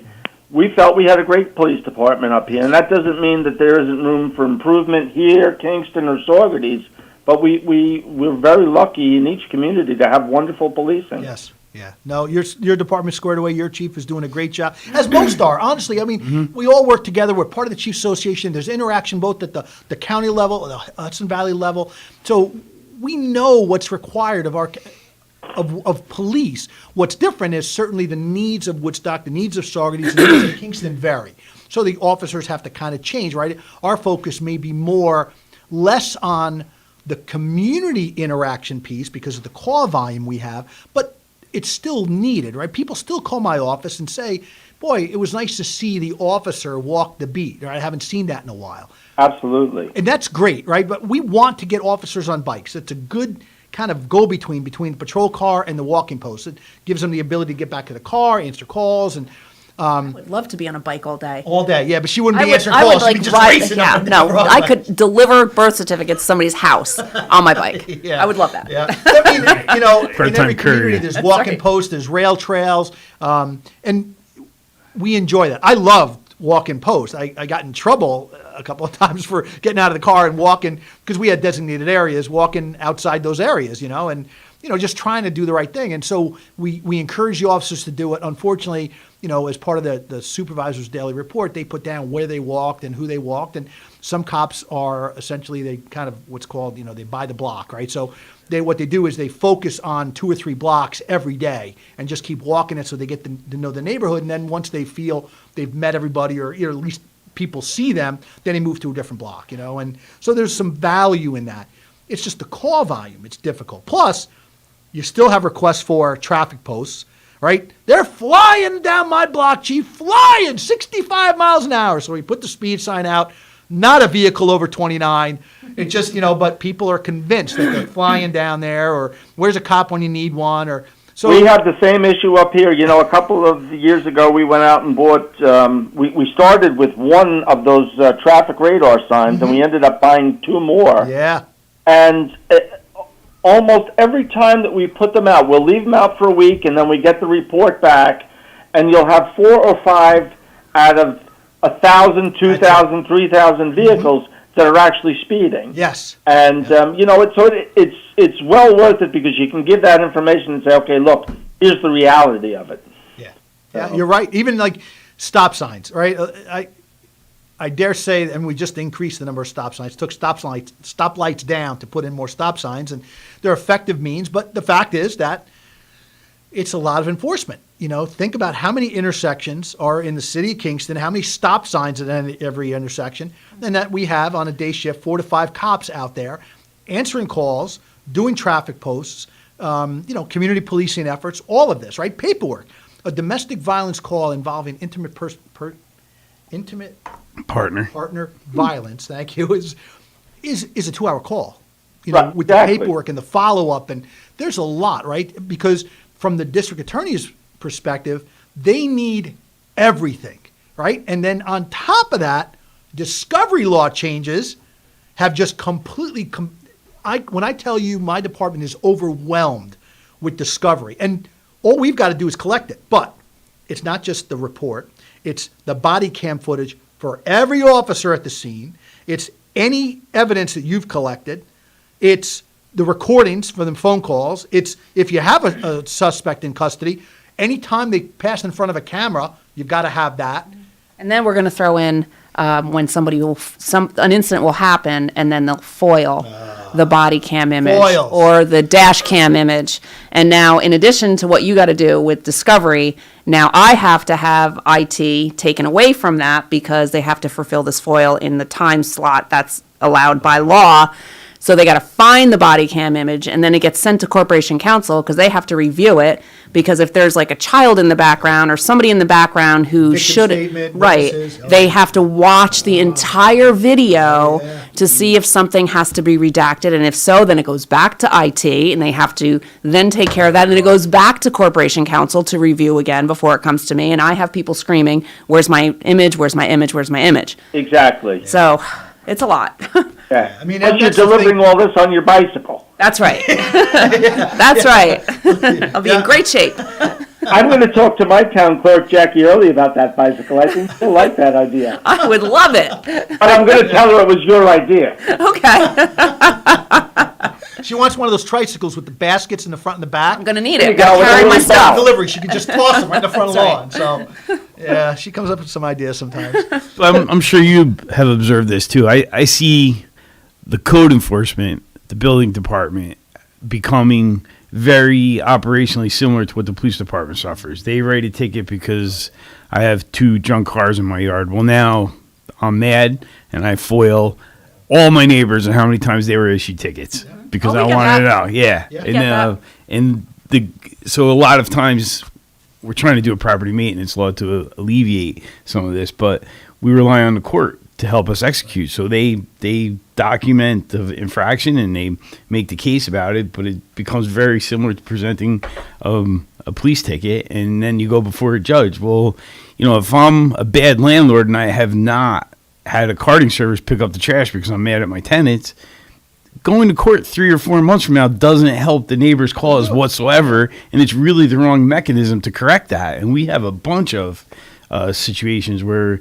neighbors are just not behaving well, and their behavior is impacting their immediate neighbors or the ones surrounding them, and we're kind of left without a meaningful option to correct it. It's a little bit problematic. I know you have frustrating, Fred. Yeah. I mean, we're in court for over a year now on some fella came. I think he came from Saugerties actually, and You're welcome.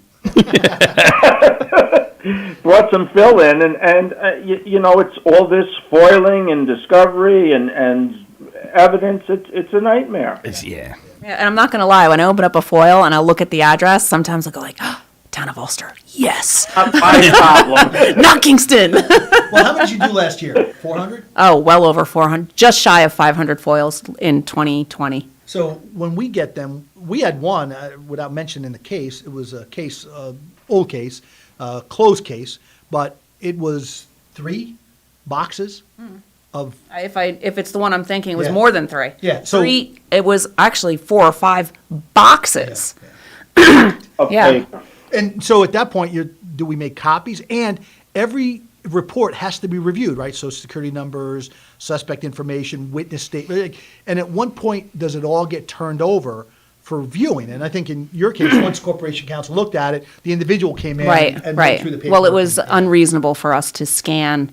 So what we did was this person came in and was given 1 box at a time in my office. You have to have it supervised. Yes, he had to, and he couldn't bring in his backpack because he's not allowed to take any documents, and so he had to be I had to allow him certain times during the day when I would be in my office, and he could come in, and he was allowed to use his phone to photograph documents, but he couldn't. It was just a massive amount of information. The other part, Bill, and hopefully you don't suffer the same fate. You go through this legal process and you get a win. So you leave there kind of like, okay, it's civil, but we did it, we got it, and then there's a $2,000 fine, and you're like, what? Right. Like we just spent $5,000 legal bill. Yeah, exactly. I'm like, well, that doesn't seem just at all. No. Yeah, I hear you. No, it's difficult. I mean, listen, we're all in government. It's difficult because out of 23,000 residents, we're dealing with 1,000 troublemakers. All right, I know it's not politically correct, bad guy troublemakers, but it's about 1,000 that we're dealing with regularly, right? I just think about the individuals who have never needed, and I say needed, but they were always there for us, but never needed police services, fire services, right? But they still, a large portion of their taxes goes to that, right? In the city of Kingston, I know the budget cycle is starting back up. We're meeting with the mayor and John Toohey, the controller. But, the largest piece of the pie expense-wise in the city of Kingston is public safety and specifically the police department. That's true in most communities. Right, in most communities, right? Because people, and you've heard me spit and sputter about it before, nobody cares about the snow getting plowed off their street if bullets are riddling their house, right? Right. They will care about the snow as soon as it's a safe community, because then it's the potholes and the truck's making too much noise and your plow driver pushed it into my corner and didn't put enough salt down. Right? I can't even imagine. Right? I'm just worried about this little slice. But so those are the things that we got to deal with. But on top of that, on top of the FOIL request and the discovery, there's staffing. Right? There's staffing issues. Because now if you assign someone to discovery, which we're trying to do, I am asking for, I could easily justify 2. I would be happy with 1 person dedicated just for discovery collection in our department, right? Dave Clegg, the DA for Ulster County, just passed it at the county level, said, listen, I need a unit for discovery. It's just too much, right? So just think about that the DA himself has said, and the county legislature recognizes, yeah, this is a huge undertaking. But these are unfunded mandates that are coming out of Albany. Exactly. There's nothing. It's not like we want discovery. Oh, and every jurisdiction is going to get $100,000 for a position. They don't do that. And we still that's want not to stay happening. under the 2% cap. Yeah. Good, I know. Yeah, right. There you go, right? Yeah. There's another good point. 2% cap on it, right? So that covers the healthcare increase. And then everything else you have to figure out on your own. But, and the discovery thing's a real thing. And, it's a huge, it's the foundation to every case you're going to bring, and you don't know if it's going to get settled or if it's going to go to trial. But if it's going to go to trial, you have better done your discovery correctly. So you're taking one of your best officers out of the loop, so to speak, and you're dedicating them to making sure that paperwork is correct and usable if it goes to court. There's some sacrifice that goes along with that. Oh, absolutely. Well, just even the discovery we're talking about most of the time, criminal trials, criminal prosecution and defense, but on the FOIL side, if the FOIL's not answered in, so I have 5 days to acknowledge that a FOIL was received, and then I send it to the departments, and they have 20 business days. And if they don't, and then I have to. Well, I could be subject to being sued for right. it. So there's a fine, right? I have to a penalty. Request additional time, but it has to be for a reason. It can't be I didn't get to it yet. Right. And a lot of, like, this time of year, it's tough because we have so many people are on vacation, and there's only one person who handles that. Well, now I got to contact the person who requested the information, and they're not always happy, but there's nothing I can do about it. Yeah, if they're not here, they're not here. We have a small staff of clerks, Alyssa Rockefeller and Natalia and Isabel, and let me tell you, it's overwhelming, right? Accident reports. Yeah, a lot of accident reports. A lot of accident reports come through, like, I had an accident, and we got companies or the insurance company. We try to automate a lot of this. I've got a pretty good standing order. I don't want people coming down to my headquarters for paperwork. Email, fax, we'll mail it. Contact us, we'll send it in the mail. So COVID, as a matter of business, we just didn't have that happening. But most recently, they came to me and said, hey, listen, a couple of people in the lobby looking for reports. I said, okay. Call downstairs, tell them you can get the address and you're going to mail it. Well, I could just go down and give it to them.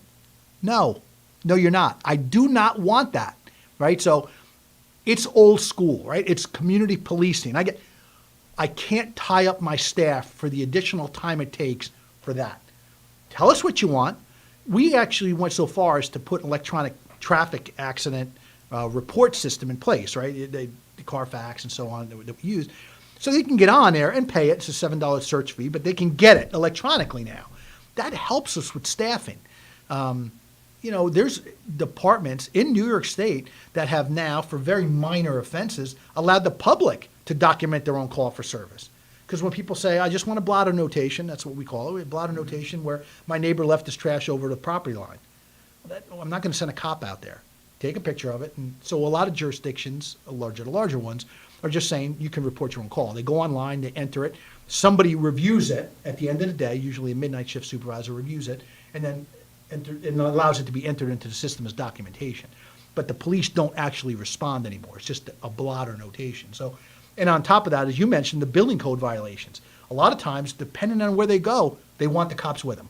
Yeah, we're running into that more and more. In some cases, there are hostile neighbor encounters, right? So, absolutely. And again, just ridiculous, right? I remember early on in my tenure as chief, I took a phone call from an individual, and two neighbors were fighting over 3 inches of grass. I want to put in perspective, 3 inches of grass. Each had their own surveyor. There continued to be an overlap. And they were like fighting. Like it almost came to fisticuffs. One put a camera up. The other one had put a camera up. 3 inches of grass. I said to both of them, you're being children. You're children. That's exactly what they're being. You're acting like children. Yeah. It was unbelievable. And like you said, neighbors not being neighborly, right? In the past, you'd knock on the door and say, listen, bro, I understand what's going on. Can you do me a favor? Don't do that, right? That's it. Right? Usually. Yeah. I understand that's not always the case, right? There's always the knuckleheads out there, but... And we do actually get a lot of foils like that as well. People will foil. I know that there's a lot of police activity. They'll foil what happened in the house next door. They'll foil building reports. They want to know how many times the building department's been next door because they're a nuisance and they're like that leaving the garbage out. So we get a lot of that as well as in the shape of foil. Obviously, the other thing, because of the real estate change in market, that's nonstop. Go through her office or my office, and Alyssa's been good about the clerk part of it. People will call and say, hey, listen, I'm looking to buy a house on such and such a street. What can you tell me about it? My instruction to her is, you don't give your personal opinion about any neighborhood in Kingston. That's not the rule. If they want to see the calls that we've handled, that's on them. That's okay. So people will say, "Oh, one lady said, I'm coming up on such and such I'm coming up Saturday at 9 o'clock to meet with the realtor. There's 6 bids on this house. Can you tell me, is it a good neighborhood?" And I said, I can't tell you if it's All my neighborhoods are good. Right, that's what I say. So listen, however, if you're looking for the call volume, we've had no calls for service on that street. Okay, thank you. That's it. Right, but we get Okay, so while we're down here to our last couple of minutes here, because I'd asked Bill, anything you want to throw in? Well, just along the lines, one of the things we're doing up here in Woodstock is we've really just doubled down on our scanning of documents and keeping everything electronically, because at that point you can go back if somebody wants to see building records for a property. You go in, you type in the SBL, and you can email them a trove of stuff without having to copy a single piece of paper.